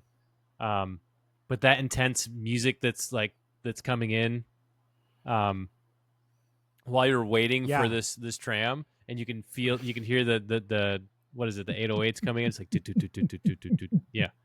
yeah. Oh my gosh. Well, and because the bald guy that you're with had just been taken by the alien and killed, and that was the last thing you saw, and then you're waiting for the transit, and they just fuck with you. I'm like, I don't know where I would go. Yeah. That's a good call out. Yeah, but it's all just meant to like build up this intense feeling. And then the roll in the credits when we were sitting there listening to that song with having the voiceovers of Sigourney in the middle of this beat drop. Like Sigourney would come, I forget even what she would say, but she would come in and have like a one liner, and then the beat would drop and like doo, doo, doo, doo. And I'm like, oh hell yeah, dude. Yeah, what did she be like? Last survivor in the Nostromo signing off. Yeah. That was pretty cool. I was sitting there talking to Ian. I'm like, wait a second, this song is a banger. Oh, damn. Yeah. And then after that, because we were just chatting about the game sort of while the credits were going, and then that ends, and then it goes to like the film score after that. It was like, oh, this is great too. Yeah. So many great songs in that playlist, and like I said, where they place it is really important too. You can tell that everything was just really well thought out, and like thinking about what you would be experiencing in that moment. And then of course, the sound effects are incredible. I do love that like classic sound of a keyboard. And I think the big one for me is, what I really love about, sci-fi is just that open space environment. There's something about it. I mean, I would, if I had it, I would pay a lot of money to be able to, look at Earth from outside, I think anytime you're like staring at a planet from a distance, even if it is CGI, it's so impressive to see the scale of everything. And they really nailed it with the lighting, and you've got the star that's like nearby, and the way that they project the lighting of that, you can kind of see the rays kind of arcing off of it like it would appear to be if you were looking at it. Obviously it'd be a whole hell of a lot brighter if you were that close, but things like that where the lighting is just, it's incredibly well done. And there's a lot of moments where I'm like, I had to ask you at the end, I was like, this wasn't like remastered, Yeah. Like, what the hell? How did this game fly under the radar for so long? I mean, because it really did. I don't think enough people have talked about it, because this game, at least with lighting, and like there's certain like scenes and sights that you'll see throughout the game where I'm like, this is better than a big portion of games that are coming out today, Yeah. Yeah, the combination of lighting and particle effects and the way that those two things interact in that game. I don't know what engine they were using, but it's very impressive. The way artificial light is cast through smoke or fog or whatever is, I mean, it almost looks like it's a shot straight out of the movie. It doesn't even look like it's graphic at all. Like it looks real at times. Yeah, they did a really, really good job with that. And I think it's partially because they don't have to have a giant open world with realistic lighting through trees and leaves, and like the way that light scatters through a forest canopy and hits pieces of the ground and moves with the wind. There's a lot more happening in an open natural world. And I think when you're in a thing like a spaceship, I think that's why the original Dead Space looks so good for being from 2008, is you're able to control every single light source inside of an internal, it's all artificial light. And we all know what artificial light looks like and the way it casts. There's times in this game where there's like a fluorescent light that's been like, that somehow it's like fallen out of the ceiling and it's moving, and it's casting the light realistically I mean, that kind of stuff is just, it just feels way ahead of its time. For sure. It's just endlessly impressive. I think with that game, you don't even really need to remaster it, though. I wish they would patch the PC version, man. Kyle had all kinds of like weird hiccups in his playthrough that I did not experience on Xbox at all. Yeah, the alien, I didn't have and every time the alien found me and killed me, the sound would cut. I didn't hear any of the sound. You know what? I do remember that too, because I also played it on PC, and I remembered in the times where I would die, like the alien would be like killing me with like the tiny mouth, and like for some reason I'd have no silent sound. Yeah. Which is like music. Okay. Or I do anything. remember that. That's a really big deal, because I mean that whole thing is so that when on Xbox it's making this big growly sound, and then it opens its mouth and it lets all the air out, and then it goes and she screams, and it's crazy. Like, it's really intense when you die and you get all the sound design. It was weird watching it, like, what is happening here? And it happened through the whole game. And then like other stuff I noticed, Kyle would like reload the flamethrower and it just wouldn't make any sound. It was just like,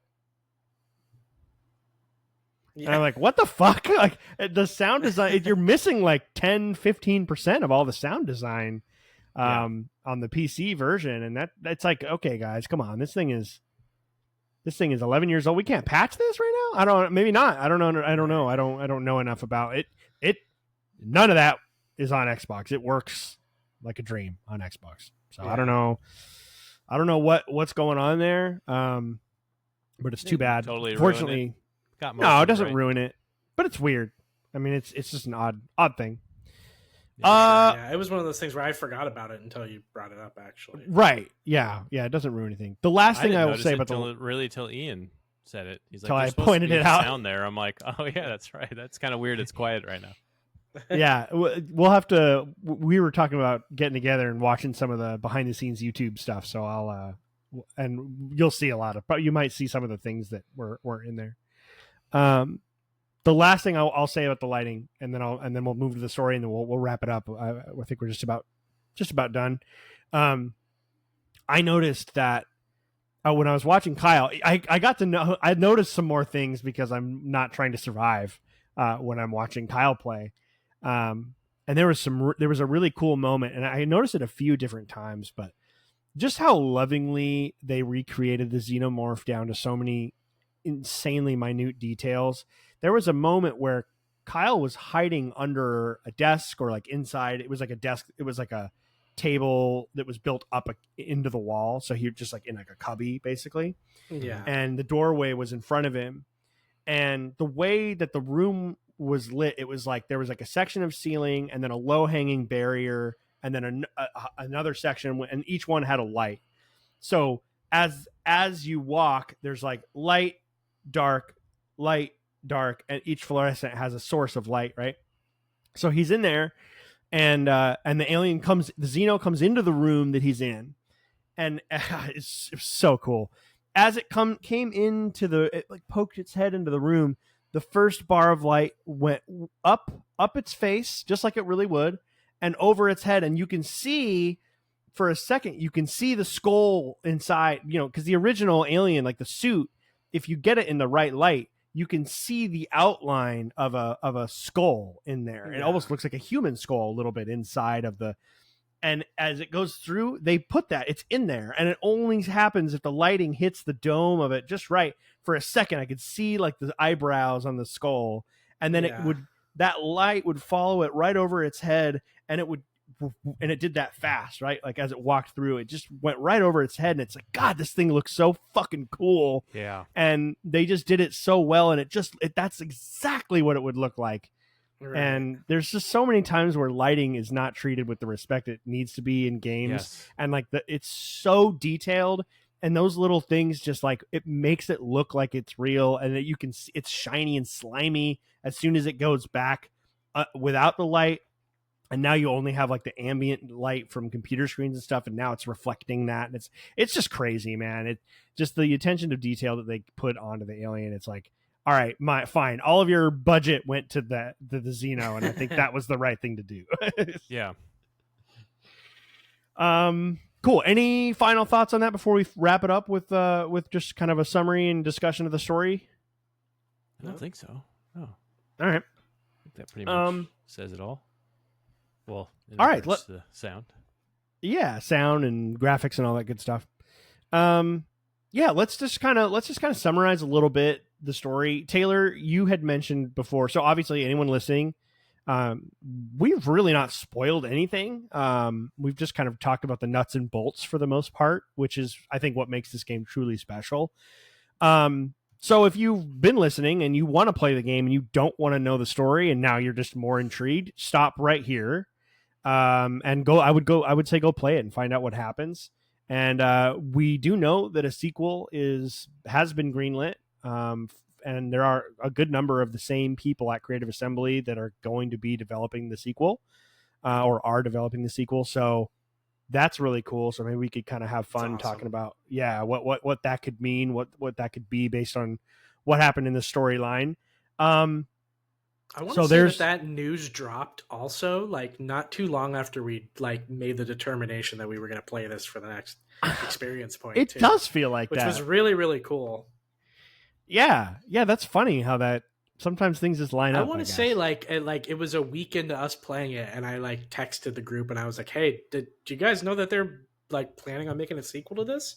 Because I remember for the long time it was like didn't sell well, like total flop. Yeah, like they'll probably never go back to it. So yeah, it only sold initially. Like I think it only sold 1 million copies for a long time. I'm sure it's sold. I'm sure it's sold more than probably 2 now, like on sale, and over the course of it's gained kind of a cult following, but it clearly just didn't do. I think it was tough for a large audience to like feel like they were being outsmarted by AI. Probably didn't. Maybe that was part of it. I think a lot of it had to do with that IGN review too. I think that really fucked it up.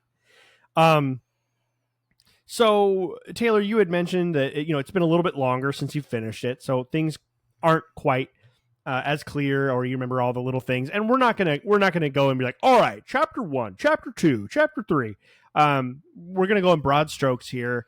But Taylor, from what you remember, you said you may have some questions about some things, which I'm fresh off of it and I've played it a few times. So what are your questions, if you have any? And like, what did you think overall as you were playing the game of the actual storyline that was being told throughout? Yeah, I think for the most part the story was pretty good. There were definitely points in time where I thought it was a little bit difficult to follow. Specifically, I think when they introduce the one character that gets like kind of taken prisoner at one point in time. He was like on board the Anisadora. I can't remember that guy's name, but there's a Marlowe. Marlowe, right? There's a section of the game where you play kind of a flashback involving him, and you get kind of a like Nostromo crew like soft reboot of like the scene with like the space jockey like in the spaceship and stuff. So one, I thought that was kind of cool to see just from a gameplay perspective to actually like stand next to that thing and be able to like see like how big it is in that room. I mean, Great fan service.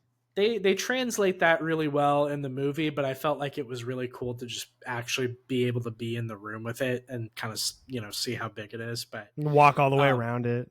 Yeah, exactly. Which I did too. I was like, I just want to check out every inch of this thing. Mm-hmm. So I thought it was really good. I think one of my major nitpicks with the game also is not really in the quality of the story, but I think how long the game is. I think it probably could have stood to have been a little bit shorter. I think that there was a point in time where I was at like the 15-hour mark, and I was like, this probably felt like it could have maybe ended right here. I think I ended up coming in somewhere around like 21 hours or something like that. And keep in mind, you know, that there was also a beginning of the game. I was kind of like learning the process and sort of going through the trial and error of like figuring out like how to navigate the xenomorph and sort of navigating like the humans and the androids and stuff. So there was a fair bit of like playing around with it, but I also think that there was a point in time where we were getting towards the end of the game where I was like, okay, I'm kind of ready for this to be over now. So I think it didn't outstay its welcome to its detriment, but I definitely think it could have stood to have been shorter. And also I think that the story maybe could have been paced a little bit better and told a little bit more elegantly. I think sort of throwing in the Marlowe flashback kind of mucks things up just a little bit. Whereas I think they probably could have followed the through line of like Siegson and like Wayland Yutani, I think a little bit more. Some parts of that story got lost in translation for me, but overall I think it was really good. And like I said, it's a nitpick really in the grand scheme of things, but would have loved it if it would have been in that like 15-16 hour mark instead of like the 20 to 22. Yeah, and I think it's funny how that worked because there were sections. I think what I noticed from my own perspective is that I hit a couple of those moments too where I was like, I think I'm ready for this to be over. And then usually as soon as I would start feeling that way, the game would then introduce something to me that I was like, oh shit, that was awesome. So then I would be like reinvested and excited again. And then I would start to get tired and it would start to, that fatigue of that stress would set in a little bit. I'm like, I think I'm ready for it to be over. And then it would do it again. Like some other cool thing would happen. And like it's like, you know, these cool things are here. You could have just linked those together a little more closely and just had like a really cool last few hours and cut out some of the stuff that of the in between all of those big moments. Yeah. You know, I think that's definitely true. What do you, and I'll do a little summary of the story when we're done, but I just kind of want to hear what you guys thought. Kyle, how did you feel about the story in general by the time you finished the game? Yeah. You know, I really enjoyed it. I do sort of, I felt like you did, Taylor, through a lot of it. And I think a lot of it is just the constant feeling of like paranoia and fear. It kind of gives you, at least from my experience, my first time really kind of pushing through all this, I had a lot of brain fog, to be honest. It was just a lot of like not really understanding what's going on because I don't have time to sit here and listen to what this character is telling me. And so oftentimes I felt like that was what was most difficult about certain missions and like completing them. I would get out there and be like, okay, wait, what did they tell me? I was like not listening. I'm like thinking about when I'm going to see the xenomorph again, where it's at, you know, which I think ultimately is like in my mind, because I like that like hint of like realism to it. I do appreciate the confusion of like, that's the feeling I think that they were intending you to feel. And sometimes you're going to go running into that room in that next mission and go, wait, what did they just tell me? I totally forgot. Like, you know? Yeah. So I kind of appreciated it. I do like the overarching story though of like how it becomes kind of like this, personal mission for Amanda to kind of figure out, what did happen to my mom, because at this point, well, I mean, I forget how old is she? Do they ever say? Well, Amanda In the game, she's like 20 something, right? 20 she must be 26 because we know only from the movies that Right. she's 11 when So the first movie takes place. So she's over 26, a decade, 15, almost 2 decades. 15 years. Yeah, it's 15 years years after Alien. I think Samuels, the android, like the really cool, friendly android, says something like that, like, I know it's been 15 years since your mother disappeared, or something like that. They drop it once and then you don't really hear about it again. So. And that's like what I like about it, is because I think when you're trying to create a story like this, oftentimes, at least for me, when I think about horror films, I think about why is this main character putting themselves through all of this? That needs to make sense to me. Otherwise, the whole time I'm thinking like, yeah, but you could just leave, Right? Like, why are you doing all this? You need to make sense of why they're pushing through. And I think it would make, I would imagine at this point in time in her life, 15 years of not knowing what happened to her mother, who disappeared at 11 years old. Well, I mean, this she is knew the only thread you have. Yeah, To like that's more bring important closure to than that. worrying about living or dying at that point, I would imagine. Yeah. So that and once she's on the station, she's stuck. She is just trying to get the fuck out of there the whole time. Yeah. It just keeps going wrong for this poor woman. But I do think that there is a hint of like, because they throw little tidbits out there of like, there's information out there about Ellen that you may want to know. And I think that does kind of push her to kind of like maybe dig a little bit deeper and find herself in a bigger hole at sometimes. Totally. But I like that, because the story, that all makes sense to me. I think that if I were faced with the same thing, I think that at that point I wouldn't be really necessarily concerned about my own personal safety, like at all. Right. That's a good point. That's a really good point. Mm-hmm. Yeah, I feel like a lot of these horror games, especially the ones where I like the story, actually, funny enough, they usually don't have the best sort of beat to beat narrative. Dead Space and Alien both rely much more heavily on kind of like the really rich background lore that you can just tell you're constantly surrounded by a very well thought out universe, but there's never a moment where it's like, hey, here's a bunch of exposition as to why you're here and what's happening and who this guy is. And because I do think being confused and not exactly knowing what's going and not being clear-headed, to your point, Kyle, does help make, raise up some more tension, because you're stuck here and you're just kind of you're just trying to survive, and you wouldn't necessarily be thinking about like this guy's motivations over here or like what this, but you're just trying to just get the hell out off of the station, right? So that does make sense. And I think they know that when they're playing it. It was fun to play through a second time. The quick like beat for beat storyline probably sounds a lot cooler than when you're playing it, because it's so stretched out. But basically, like, the timeline is when the Nostromo is set to self-destruct, it launches a black box, which basically records everything that happened digitally on the ship, all the logs that were entered, all of the audio logs that the crew recorded, all the logs that the mother AI recorded of like this, the ship went here, here, and here, and these people did all these things, and they registered in the system at that, like all of the sort of like rudimentary information that would be documented by the AI or by a crew member is on that black box. And so it fires out into space as the self-destruct in Nostromo gets underway, and then it blows up, and the black box probably has a beacon on it. And you find out that later on, the Marlowe and his crew, basically, you kind of pick up on the idea that there are these crews out there that don't work for any of the companies. And it kind of reminds me of like Firefly, where you have this crew that just does like odd jobs and dangerous work. And there's probably some like mercenaries on board, and maybe they provide security for colonists. Maybe they're hired by a company to go look into this thing or that thing. And when you're on the Anisadora, you find out that they picked up the black box, and Weyland Yutani is clearly like the most prestigious company. And when they find, oh man, Nostromo, clearly like people knew about the Nostromo. It was like the Titanic, or some other kind of like great lost ship, and no one knows what happened, and it's at the bottom of the ocean, and it took us a long time, and people just want to know, right? And so they pick up this beacon and identify it as the black box for the Nostromo, and they see that as a payday.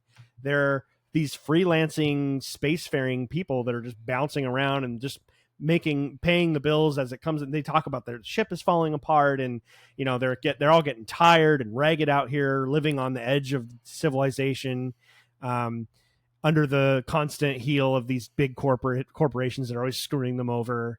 And finally, they find something they know that Weyland Yutani is going to want and is going to pay them for. And so they find the black box, and the nearest little bit of civilization is the old Siegson station, Sevastopol. And of course, before that, they go to Nostromo. They get the black box from the Nostromo, and they find out from the black box that the Nostromo had stopped at LV-426 to investigate a mysterious beacon. They just get trapped down the same pathway because they're like, well, this beacon, they stopped. It must be something huge. They find the ship. They're like, oh my God, we found this huge ship. This is such a huge payday. We got to get in there and check it out.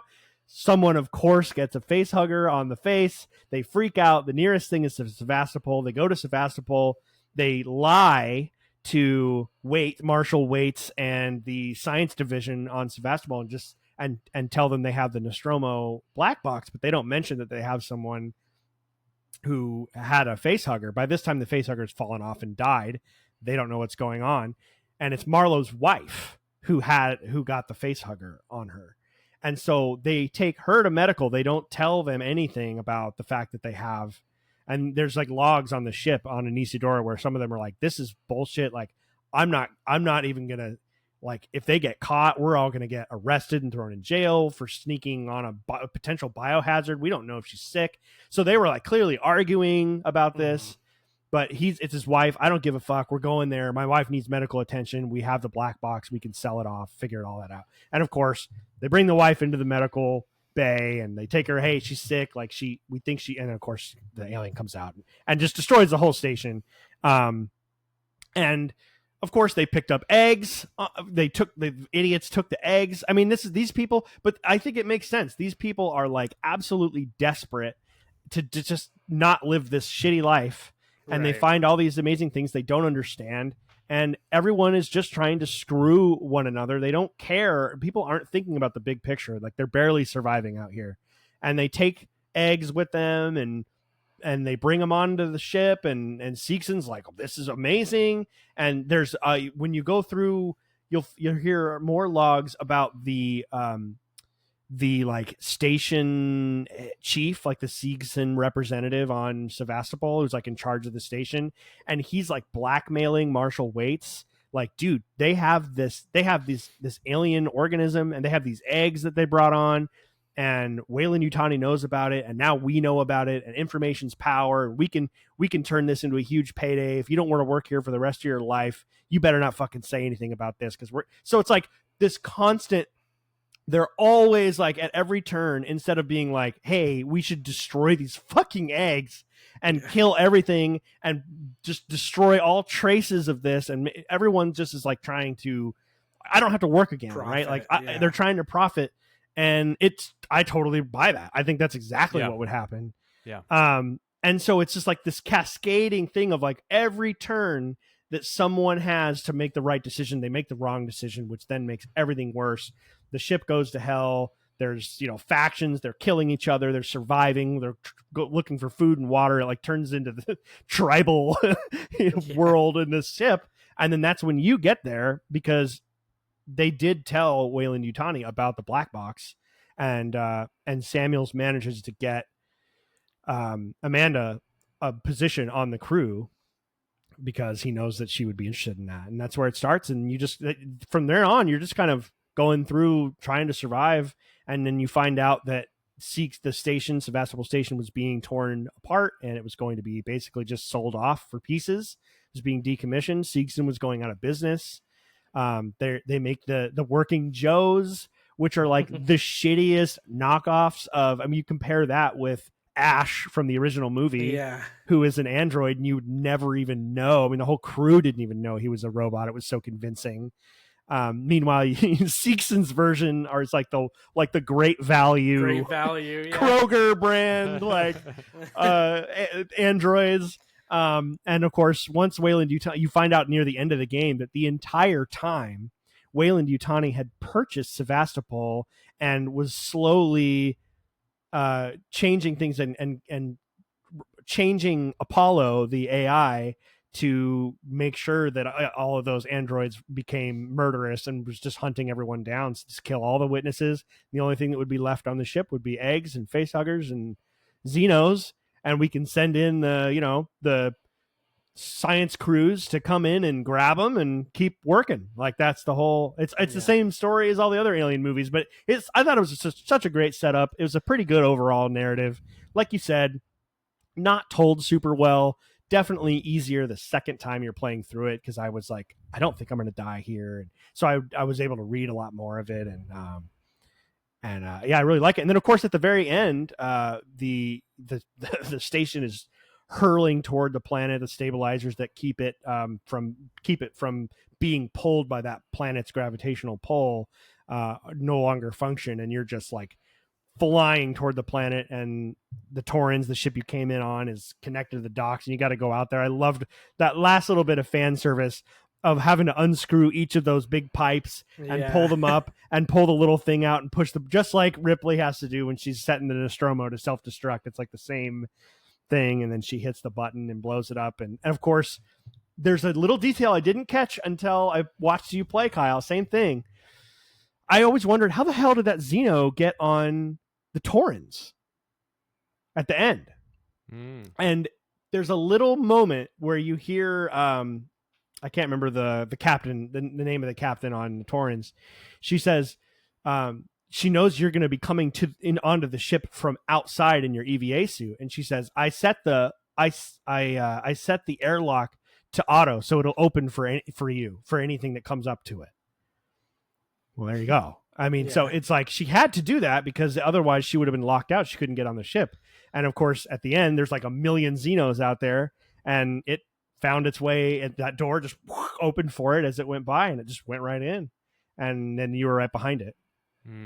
So then you have to blast it out of the airlock, just like the end of the movie. And she's out there by herself, floating in the vacuum of space. And right at the very end, it seems like the light from a ship like shines on her face and wakes her up, and then the credits roll. So that's kind of the whole, like, that's like the very basic general storyline of events. I missed a lot of those details. But it was good though. I enjoyed it. I think really what I loved about the game was just more of the, like I said, the aesthetic of it, being in the Alien universe, and then the gameplay was a lot of fun messing around with the Xeno. For sure. Stockholm syndrome. Yeah. That's what you were describing. Yeah. I kind of miss being hunted by that thing. Yeah. I know, yeah. Especially when it started to slow down. I enjoyed the break, but then after a while I was like, all right, come on. Where's the Xeno? Yeah. Tired of there was a point in time where you kind of like missed it too, in that like little stretch with the Working Joes, where there were like a couple hours where that's the only thing you were dealing with. There was kind of a point where I was like, man, I kind of miss the Xenomorph a little bit. Yeah. And then I got the worst of it. It was so perfectly timed when Kyle was playing it. He was it was like we were talking about it. He was in the big reactor thing, and he was like, "Oh man, we got to go down into the reactor. There's something preventing them from Apollo refuses to acknowledge the commands because something's wrong with the reactor, right? Something's in the reactor." And he had just been talking about it, like, it's been a while. Like, I kind of miss the Xeno. And then he goes in the elevator, opens up, and he's looking down the hive hallway. Yeah. And I was like, oh shit.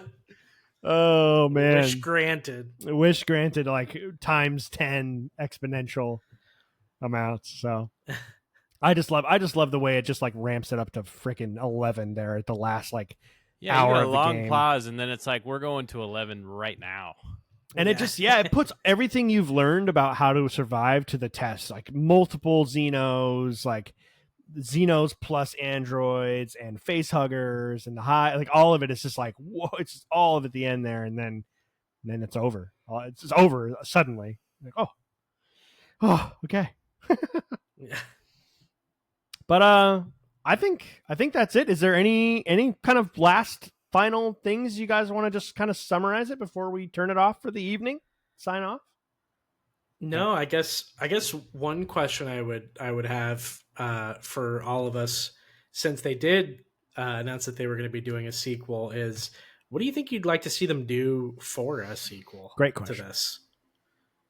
And I don't really even know like how I would answer that, to be honest. So I don't know. I'm kind of posing the question, but I'm not sure if I even know how to answer it, to be honest. So I'm okay with whatever they continue Amanda's story. Do they go for like a completely new character? Like, I wonder where they go with that. Yeah, I just hope I hope that they maintain the same survival horror sort of feel.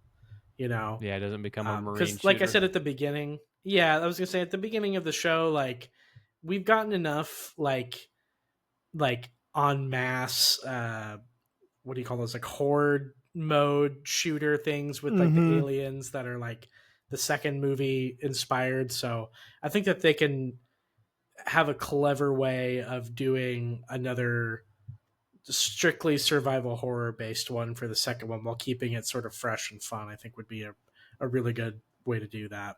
Yeah, I don't know. I mean, obviously they could continue that story, but I don't know what would be left to say about it, because she's already, I feel like it is kind of completed. She figured out what happened to her mom, roughly. I mean, not every detail, but oh yeah, I forgot about that moment where she finds the recording from Sigourney to her. I cool. loved that moment. Yeah, sorry, I didn't mean to get you off of that, but just when you said that, like, that was the closure kind of for her. Yeah, that's where it's like, now we can just go, we can leave. You know, she got what she was looking for. So I don't know. I mean, they could continue it technically, because I mean, we're assuming that she does survive, but also I'm okay with them doing something else. Obviously not like a shooter, but yeah. I would definitely like, I don't, as far as the genre goes, I would want a similar experience just built on it. Right. I think story wise, what I would like to see, I do want a little bit of resolution for Amanda. It would be tough. It would be really hard to, how do you keep living a life after that? We know that she dies like peacefully, in her sleep or whatever in Wisconsin. Like, I mean, she doesn't, so clearly she didn't, there's like so much you could do there, but if they didn't want to make it her, and I think it would make sense that she wouldn't, it would be weird if like her and her mom both go through like the exact same thing, you know, through it would be cool if she gets picked up and, like you said, Kyle, she got her closure. She knows what's going on, and you know, she figures out a way to sort of like get out, right? Like you get out of the mafia, sort of, somehow you survive. Somehow Wayland Yutani isn't coming after her, trying to kill her or anything. Maybe there's a way where she thinks she's marked as dead, and she's somehow able to make it home. I would want something that would like, I would want something early on in the story to be like Amanda Ripley was KIA or whatever, or, you know, not killed in action, but, you know, died in the crash or whatever it was with the rest of the crew.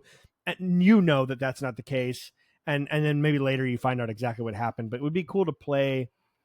I think it'd be cool to play someone. I think it would be awesome to play as someone like, what was her name? I think her name was Daniels, the suit that was sort of sent to go collect the organism or whatever.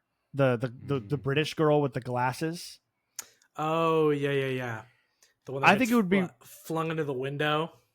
Yeah, like did you guys play when you played Cyberpunk? Did either of you ever play the intro as the Corpo?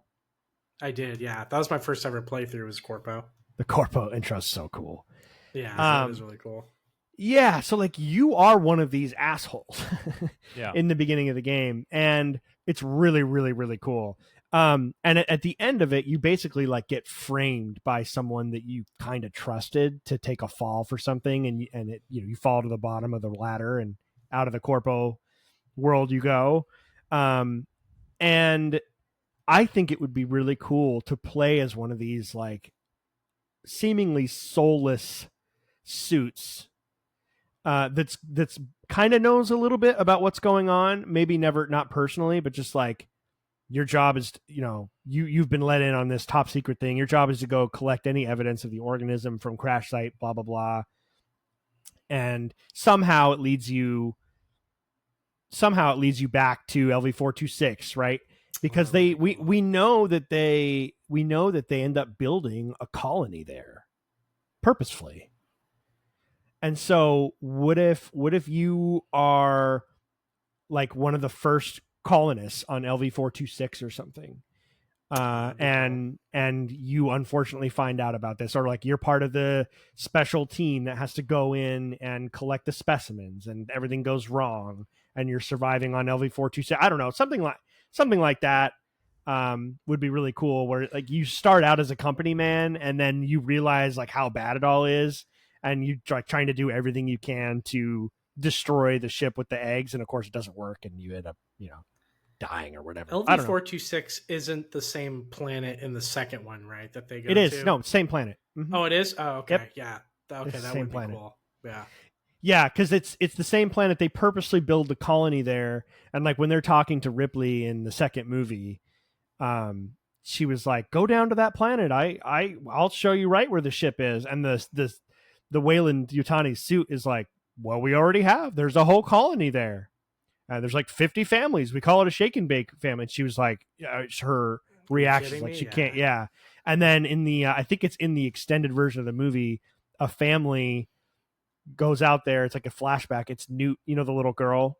Yeah. It's like her and her family are in this like rover thing, and they're driving around, they're surveying, and they find the ship, and they go explore it, because they mentioned same thing as the Anisidora. They go out and they're like, "This is our find. This could make our whole lives." Yeah. And they go out, and of course one of them gets jumped, and then they take it back to the colony, and everything goes wrong, and that's when the Marines show up. So it's the same.